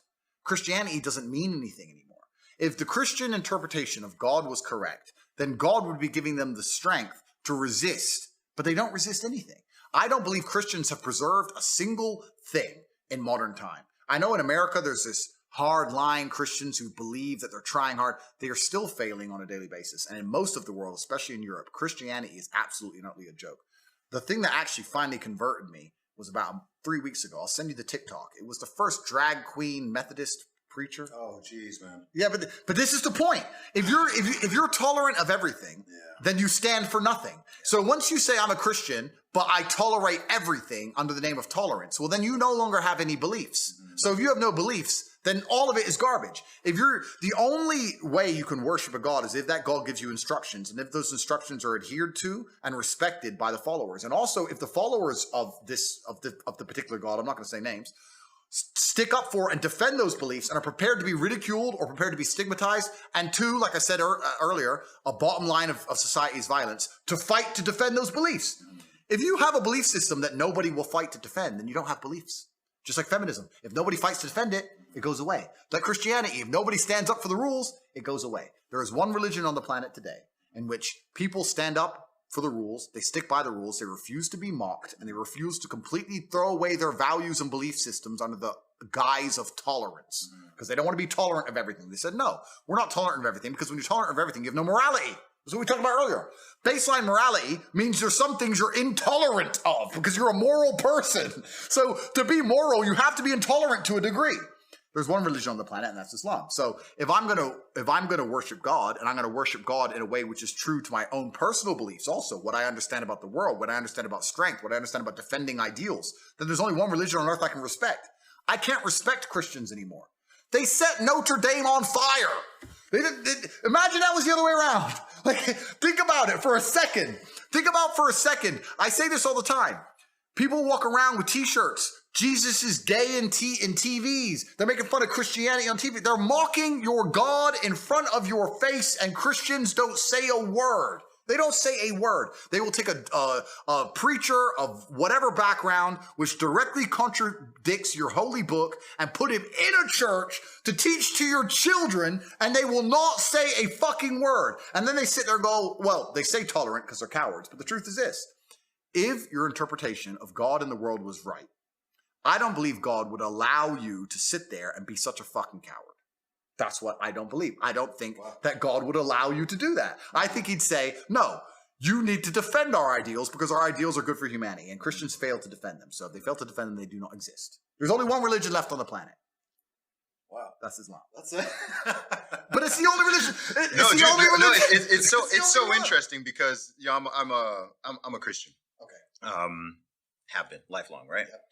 And so in terms of the conclusion, I obviously have a different conclusion, but I totally get what you're saying, and myself have made over the years many of the same criticisms, particularly in the Western Anglosphere, right? And I don't think the greatest threat to Christianity is atheism or atheists or other religions. I think the greatest threat to Christianity is this weird, hyper watered down, hyper diluted, so-called, they call it progressive Christianity. I'm like, that's not a thing. Do you know why right? If you have a drag queen in church, if you have a rainbow flag in church, we're not saying out in the city at some private establishment, in your church, I'm like, people like that, as far as I'm concerned, I'm like, that is undermining the... And this is the point. The reason so many people are happy to stand up and say, yeah, I'm a Christian, is because it takes zero effort. Like most Christians in the West, I'm a Christian, but I don't go to church, and I'm a hoe, and like, of course you're a Christian with an OnlyFans. Yeah. Like, it doesn't make sense. But that's why they get to say it. I want you to be wrong. But it's true. So if you're tolerant of everything, you stand for absolutely nothing. And this is my problem with Christianity. If they're gonna refuse to defend their beliefs, then they don't have beliefs. And that's the bottom line. And they do it under this guise, you're right, this hyper watered down tolerance garbage. No, I want to worship God in a way that takes effort. I want to have to give up things or do things in my life and actually understand that there's certain things in life, there's certain moral lines that can't be crossed. And I also want to have a religious system that people don't mock. I'd be being a Christian, and absolutely don't mean to disrespect you, my friend. No. But when I was a Christian, it's almost embarrassing to say sometimes. You're like, you're a Christian? Really? This is Christian? Like, and what's most crazy is this. When you understand that the only antidote to all of this insanity we've been discussing this entire podcast is God. Like, it's only the God that gives a baseline morality that can resist this total enslavement. Yes. We're now in Dubai. There are people out there in the desert heat working on construction sites for $200 a month. And if you were to go offer them $1 million to insult the prophet, they would not do that. No, they wouldn't even cross their mind, right? There's baseline morality installed inside of the populace via religion. So if you understand that the whole point of a religion is to preserve the baseline morality of humanity, and that Christianity doesn't do that because they're so tolerant that their baseline moralities are all ignored, then it's not real. Can I ask something? Sure. Because I think specifically this view of Christianity is largely coming from the modern West, and especially the Anglosphere, where the dilution has been so heavy. I mean, if you look at Christianity around the world, across Africa, within the Middle East, so on, it's very, very... And I lived in Romania, so Romania is a very Christian country, and there it's Orthodox Christian, and there it's much stronger than it is in the West. That is true. However, I still believe, even in all areas, that it is in a decline. I still think that as a whole, the idea of Christianity isn't respected. I'll simplify it in a simple way. Sure, go ahead. If I were to say to you right now, you had to say a sentence that pissed off every Christian in the world, or say a sentence that pissed off every Muslim in the world, for your own personal preservation, you would choose to piss off the Christians. 100%. So would I. So, and that means that there's a belief system out there which is fearsome. And I think that God, in fact, it even says it in the Bible, is a fearsome, jealous God. So if God is a powerful man you don't want to upset, then I think the truest way to worship him is to worship him in a way which is respected to the point that nobody wants to upset the believers of said religion. So I think it's all about strength, and I think it's about moral codes, and I think it's about genuine effect on the world. This is the reason I gravitated towards Islam, because I just understood how fervently they believe, and I believe in God completely and absolutely. And I liked to see there were red lines. And I think there are a lot of Christians in the world who would also like to see red lines. Absolutely. But there isn't, and there's too many who don't. I think what's weird with, I think, what's happening with Christianity is how would I put this?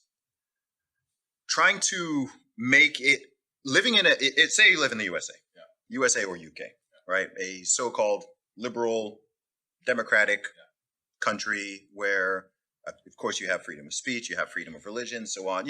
They're somewhat more libertarian societies, right? So there's a separation between these things.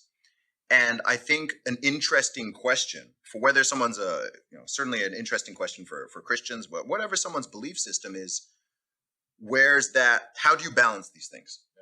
Right? How do you balance religious faith and the respect for religion and ultimate respect for God and so on, with also absolute freedom of speech and freedom of or from religion and this super inclusive, everyone go out. It's a weird line. I don't know the answer. It's actually something I've been pondering for quite a while, because I think when people were just generally more sane, right? Like just going back even, 20 years ago, where you didn't really have to, the evil agenda that you talk about, right? It wasn't being pushed. Like even if you look at some of the new laws and bills that they're having to draft in the USA, I'm like, you shouldn't need to pass a law for that. People should just inherently know that, okay, you just don't do that thing. Right? You don't need a law in the book. Like, come on, that's stupid. Like, you don't need a law. But now it's like they're having to pass legislation to say, oh, actually don't teach 6-year-olds about, like, sexuality and sex and kinks. You shouldn't need a law for that. Of course. So yeah, I mean, it's a very interesting discussion because I share, especially as a Christian, I share a lot of those frustrations, and it's like, how is that needle to be threaded? And these churches where they've just gone fully woke, and there's no cross in the church, but there's a rainbow flag, there's a BLM flag, there's a trans flag. Like, to me, these things aren't meant to mix. I completely, and this is the unfortunate reality, is that if you have a belief system, any belief system, you're intolerant to a degree. To some extent. Because you believe in something. Sure. If you believe in something, there must be a degree of intolerance. That's all it is. If I believe that meat is better than fish, then I'm intolerant of fish to a degree, right? Like, this is just humanity, but this whole new guise of tolerance. Most people don't understand the true psyop. The true psyop is trying to convince you to be so tolerant that you have no morality. Yes. They're not trying to convince you to be tolerant so you're a moral person, you accept others. That's a lie. They're trying to convince you to be so tolerant that you have no morality at all. You're tolerant of everything. Sure, take all my money, lock me in my house. Sure, mess my kids' brains up in school. Sure, I'm tolerant. No, you're a dummy. So that's what this whole tolerance disguise is. It's to try and make sure you have no baseline morality, to make sure you have no opinion, and you offer no resistance to the enslavement by the machine. Yes. That's what they want. And this is why they keep talking about tolerance so hard. Most people don't even realize, most parents aren't even aware of the fact that they don't even raise their own kids. Mm-hmm. You don't raise your children. You go to work all day. Your wife goes to work all day because they've inflated you into the ground. There's no longer just a man working. Your woman doesn't get to stay home and instill the beliefs that you and her share. No, your kids go to school, and the school tells them what to fucking believe. And when they finish school, they sit on the internet, and the internet tells them what to believe. And they sit there, and they're just told what to believe from people other than you. And they're told that you need to be tolerant of these beliefs no matter what they are. Why are they doing this? So they can brainwash your children. I've seen videos on YouTube of children arguing with their own parents about things. And they say, where'd you hear that? School. You don't even raise your own kids anymore. And when I sit here and try and teach your kids something, I don't know, which is basically completely normal when the world was sane, like you said, the things I say, if I said 20 years ago, everyone would go, duh. Yeah. I say water is wet. And people are like, whoa, intolerant. It's crazy. So when I stand up and try and resist that programming, they delete me. But all the people who are for the agenda and for the system stay. Lil Nas, the rapper, he gets to have sex with the devil, right? And they'll sit there and they'll have full-grown adults telling your 6-7-year-old kid that if they feel like something else that day, then they get to be something else and they should have surgery that's going to affect them forever. And they're going to poison your kids' minds. You don't even raise your own children anymore. It's a fucking scary world. And this is the base reality of what's happening out there. And they're going to do all of it. Every single bit of it, all of this evil is done, all this degeneracy is done under the guise of tolerance. Tolerance is a scam. You have to be intolerant at a point. I'm not saying be intolerant of everything. I'm not saying be a bad person. I'm not saying attack anybody or hurt anybody. I'm saying that you need to at least become a point where you as an individual are intolerant of certain ideals. Even if somebody else has different ideals. I don't give a shit what a full-grown adult wants to do with his life. Fine. But do not bring it into my life. Do not affect my children. Do not infect my circle. I am intolerant of X ideals, and everyone I love and care about, who I am responsible for, will also be intolerant. That's what's scary. This is what I say all the time. I have no problem with LGBT. No problem. I don't care. You're a full-grown adult and you can do whatever you want. That's your prerogative. I believe you should be able to do that. That's fine. I don't agree with you programming other people's children. That's what I don't agree with, because you didn't have kids. You could program your own children. That's fine. If you decided to have sex in a particular way that prevents you from having children, that is once again your problem. But if you manage to have kids, you can program them however you see fit. You can instill your worldviews in them, as I will instill the worldviews I have in my children. I do not think it's fair for me and my wife to be working our asses off because our currency's inflated because of fucking global elites, making sure we're barely on the breadline. And then you walking into a school with my children and telling my children things that I don't believe. That's where I draw the line. I become intolerant when you want to infect my kids with ideals that I disagree with. But if I say that, I'm a bigot, right? And people want me to say, no, Andrew, be so tolerant that you will accept anybody saying anything to your children and ruining their minds. And when I say ruining, yes, in my worldview, they would be ruined. Yes. I had kids so I could make them like me. I look after them. I pay for them. I will raise them to be like me. That is my prerogative. And this is the whole thing behind tolerance. Tolerance in and of itself, the whole reason they push this, the whole reason they're so fucking desperate for people to become tolerant is because they don't want you to resist and become to a point where you stand up and wake up and say no. That is unacceptable. Yes.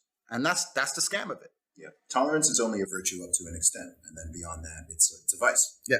It's cowardice. It's cowardice. Yeah, it's cowardice. And the truth is, it's not tolerance unless it's two-way. Yeah. It's not tolerance. We talked about this on the previous podcast, actually, years ago. It's not tolerance unless it's reciprocated. So we see people are not, I love the fact that, due to our inclusion policy, we need to exclude Tate. Yeah. Right? Yeah. Due to our diversity policy, we need to shut down that opinion. Yeah. Due to our, our tolerance, we need to be, it's why actually the concept is actually called repressive tolerance. Yeah. I like that. Yeah. Repressive tolerance. It's a far leftist term. That's actually the strategy they use. Yeah. It's called repressive tolerance. So they only tolerate what is within their sphere and are hyper intolerant, but then they'll be preaching using the word. And so it's actually a very effective. The leftist idea of tolerance, the leftist idea of diversity or inclusion is everybody who looks different but thinks the same. But if you don't think the same, then they become the most intolerant people on the planet instantly. Right? So you're right. It's not reciprocating. It's all a fucking scam. And it's dangerous. The problem we have, the reason they're going to try and kill me sooner or later is because I'm inspiring people to stand up and say, no, I'm intolerant of this idea. I'm sorry.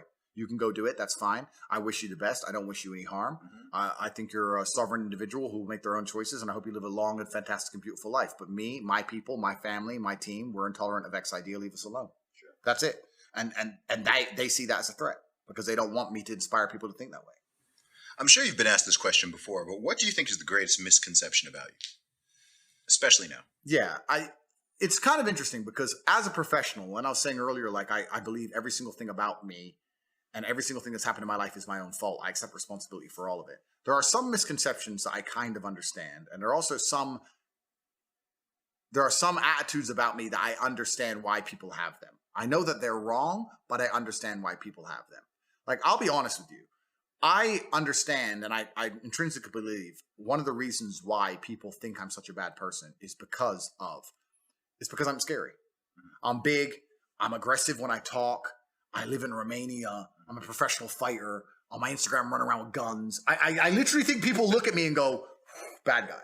I look like a bad guy. I'd be ignorant. I'm driving my Lamborghini, and I'd be ignorant to sit and say, I don't look like a bad guy. Right? So I'm a professional, and I don't approach things emotionally. I approach them very professionally. And I understand there are some people who believe I'm a bad guy simply because I look like one, and because they're not capable of understanding my words through the tone in which they're delivered. So I get that. That's the first misconception, is that I'm a bad guy. Because I'm not a bad person at all. I'm actually completely the opposite.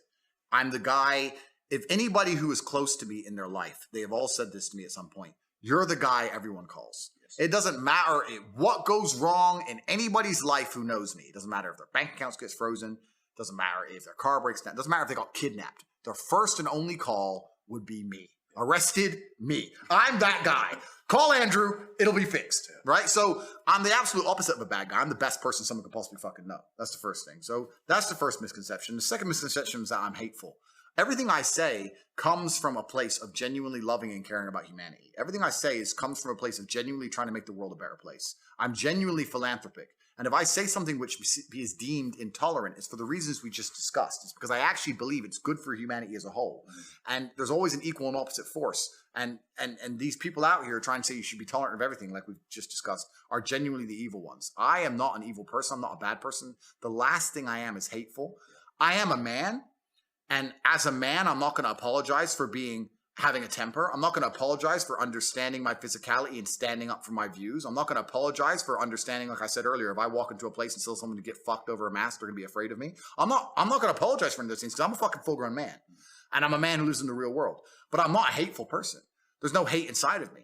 Everyone who I'm close to, I love. My family, I love. Nobody close to me dislikes me. And the scariest thing is, a lot of the people on the internet who hate me don't understand that since this massive fame kicked off, let's say a year ago, since I became the most Googled man on the planet, I must have taken 60 to 70,000 pictures of people from the street. And I must have spoken to maybe 250,000 people on the street. And I can promise you now, with God as my witness, I've never had a single negative interaction ever once. Yeah, ever. So these hateful people on the internet are a very vocal minority because the large contingent of the world, the majority of the populations, have no problems with our ideals, right? Because they know we're right. And they like us. And even if they don't agree with everything we say, they like that we stand up for ourselves and that we articulate our ideas and we take the time out of our day to sit and explain to people of what's happening in the world. But you know what else it is? It's that you're honest. We live in this world of manipulation and lies and deceit. You turn on the TV, you listen to politicians. They're just lying. And people don't get mad at that, right? And so even if someone thinks you're wrong or you've reached the wrong conclusion, they know that that's what you actually believe. That's what you think. You'll repeat it. You'll explain it. You're not trying to shut down everyone else who doesn't agree with it. You're happy to talk to them, sit down with them, debate them, whatever it is. And I'm like, I will always respect someone who's like that. Right. Because that's why it's like, cool. Well, there's people out there, we're aligned on a lot of stuff. But there's people out there who I disagree with on a lot of things, but I'm like, but they're honest. Yeah. They're real. Like you won't put a fact in front of their face and they totally deny it. Or they'll say something and I ask, okay, well, why do you think that? Like, I might disagree with how they got there but I'm like, okay, cool. Like, I get I see how you've arrived at that conclusion, And to me, the people who are super deceptive and dishonest are those who are trying to shut down all the conversation, shut down the debate, censor this person, deplatform any idea that does not go you mean the tolerant ones? The tolerant ones. The tolerant ones want to shut up anybody who has an ideal they don't agree with. Isn't that fun? Exactly. I mean, and the way they've done it now with so-called the science, right? Not to go back into it too much, but it's like, if it's science, you can question it, you can challenge it. In the past, scientists would be like, look, this is my hypothesis, this is what I think. Prove me wrong. Show me how I'm wrong. Let's go through this. Now it's like, okay, this is what we think. Like, we need to censor. Oh, there's another doctor on Twitter. Disagree?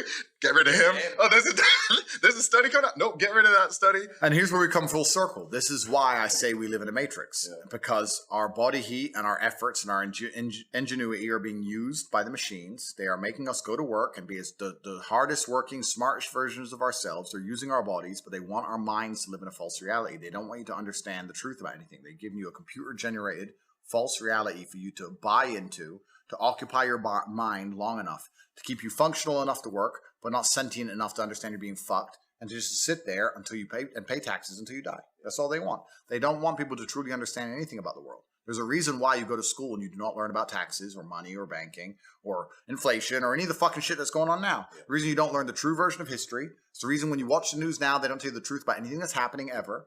And the only thing I can say to people is, if you know they've manipulated you in the past, if you're not so ignorant as to believe that you've been told the truth the entire time, if you understand reality and know that they've manipulated you in the past, why do you think they're not doing it right now? Why do you think they won't do it again? It's all a lie. Everything's a lie. Head to toe, it's a lie. It may be a scary idea, but I promise you, the medical system just proved itself to be fucking corrupt. The judicial system proved itself to be corrupt. The fucking financial system proved itself to be corrupt. The legal system proved itself to be corrupt. Every system you use and live under that is designed to protect you is corrupt. Even me before COVID, I don't want to go back into that subject because I could go forever. But even before COVID, I would think, well, the medical system's probably not that corrupt. I mean, I knew it was corrupt because of healthcare and American prices are too high. But I thought, surely, the World Health Organization, they're just a bunch of doctors who want to help people.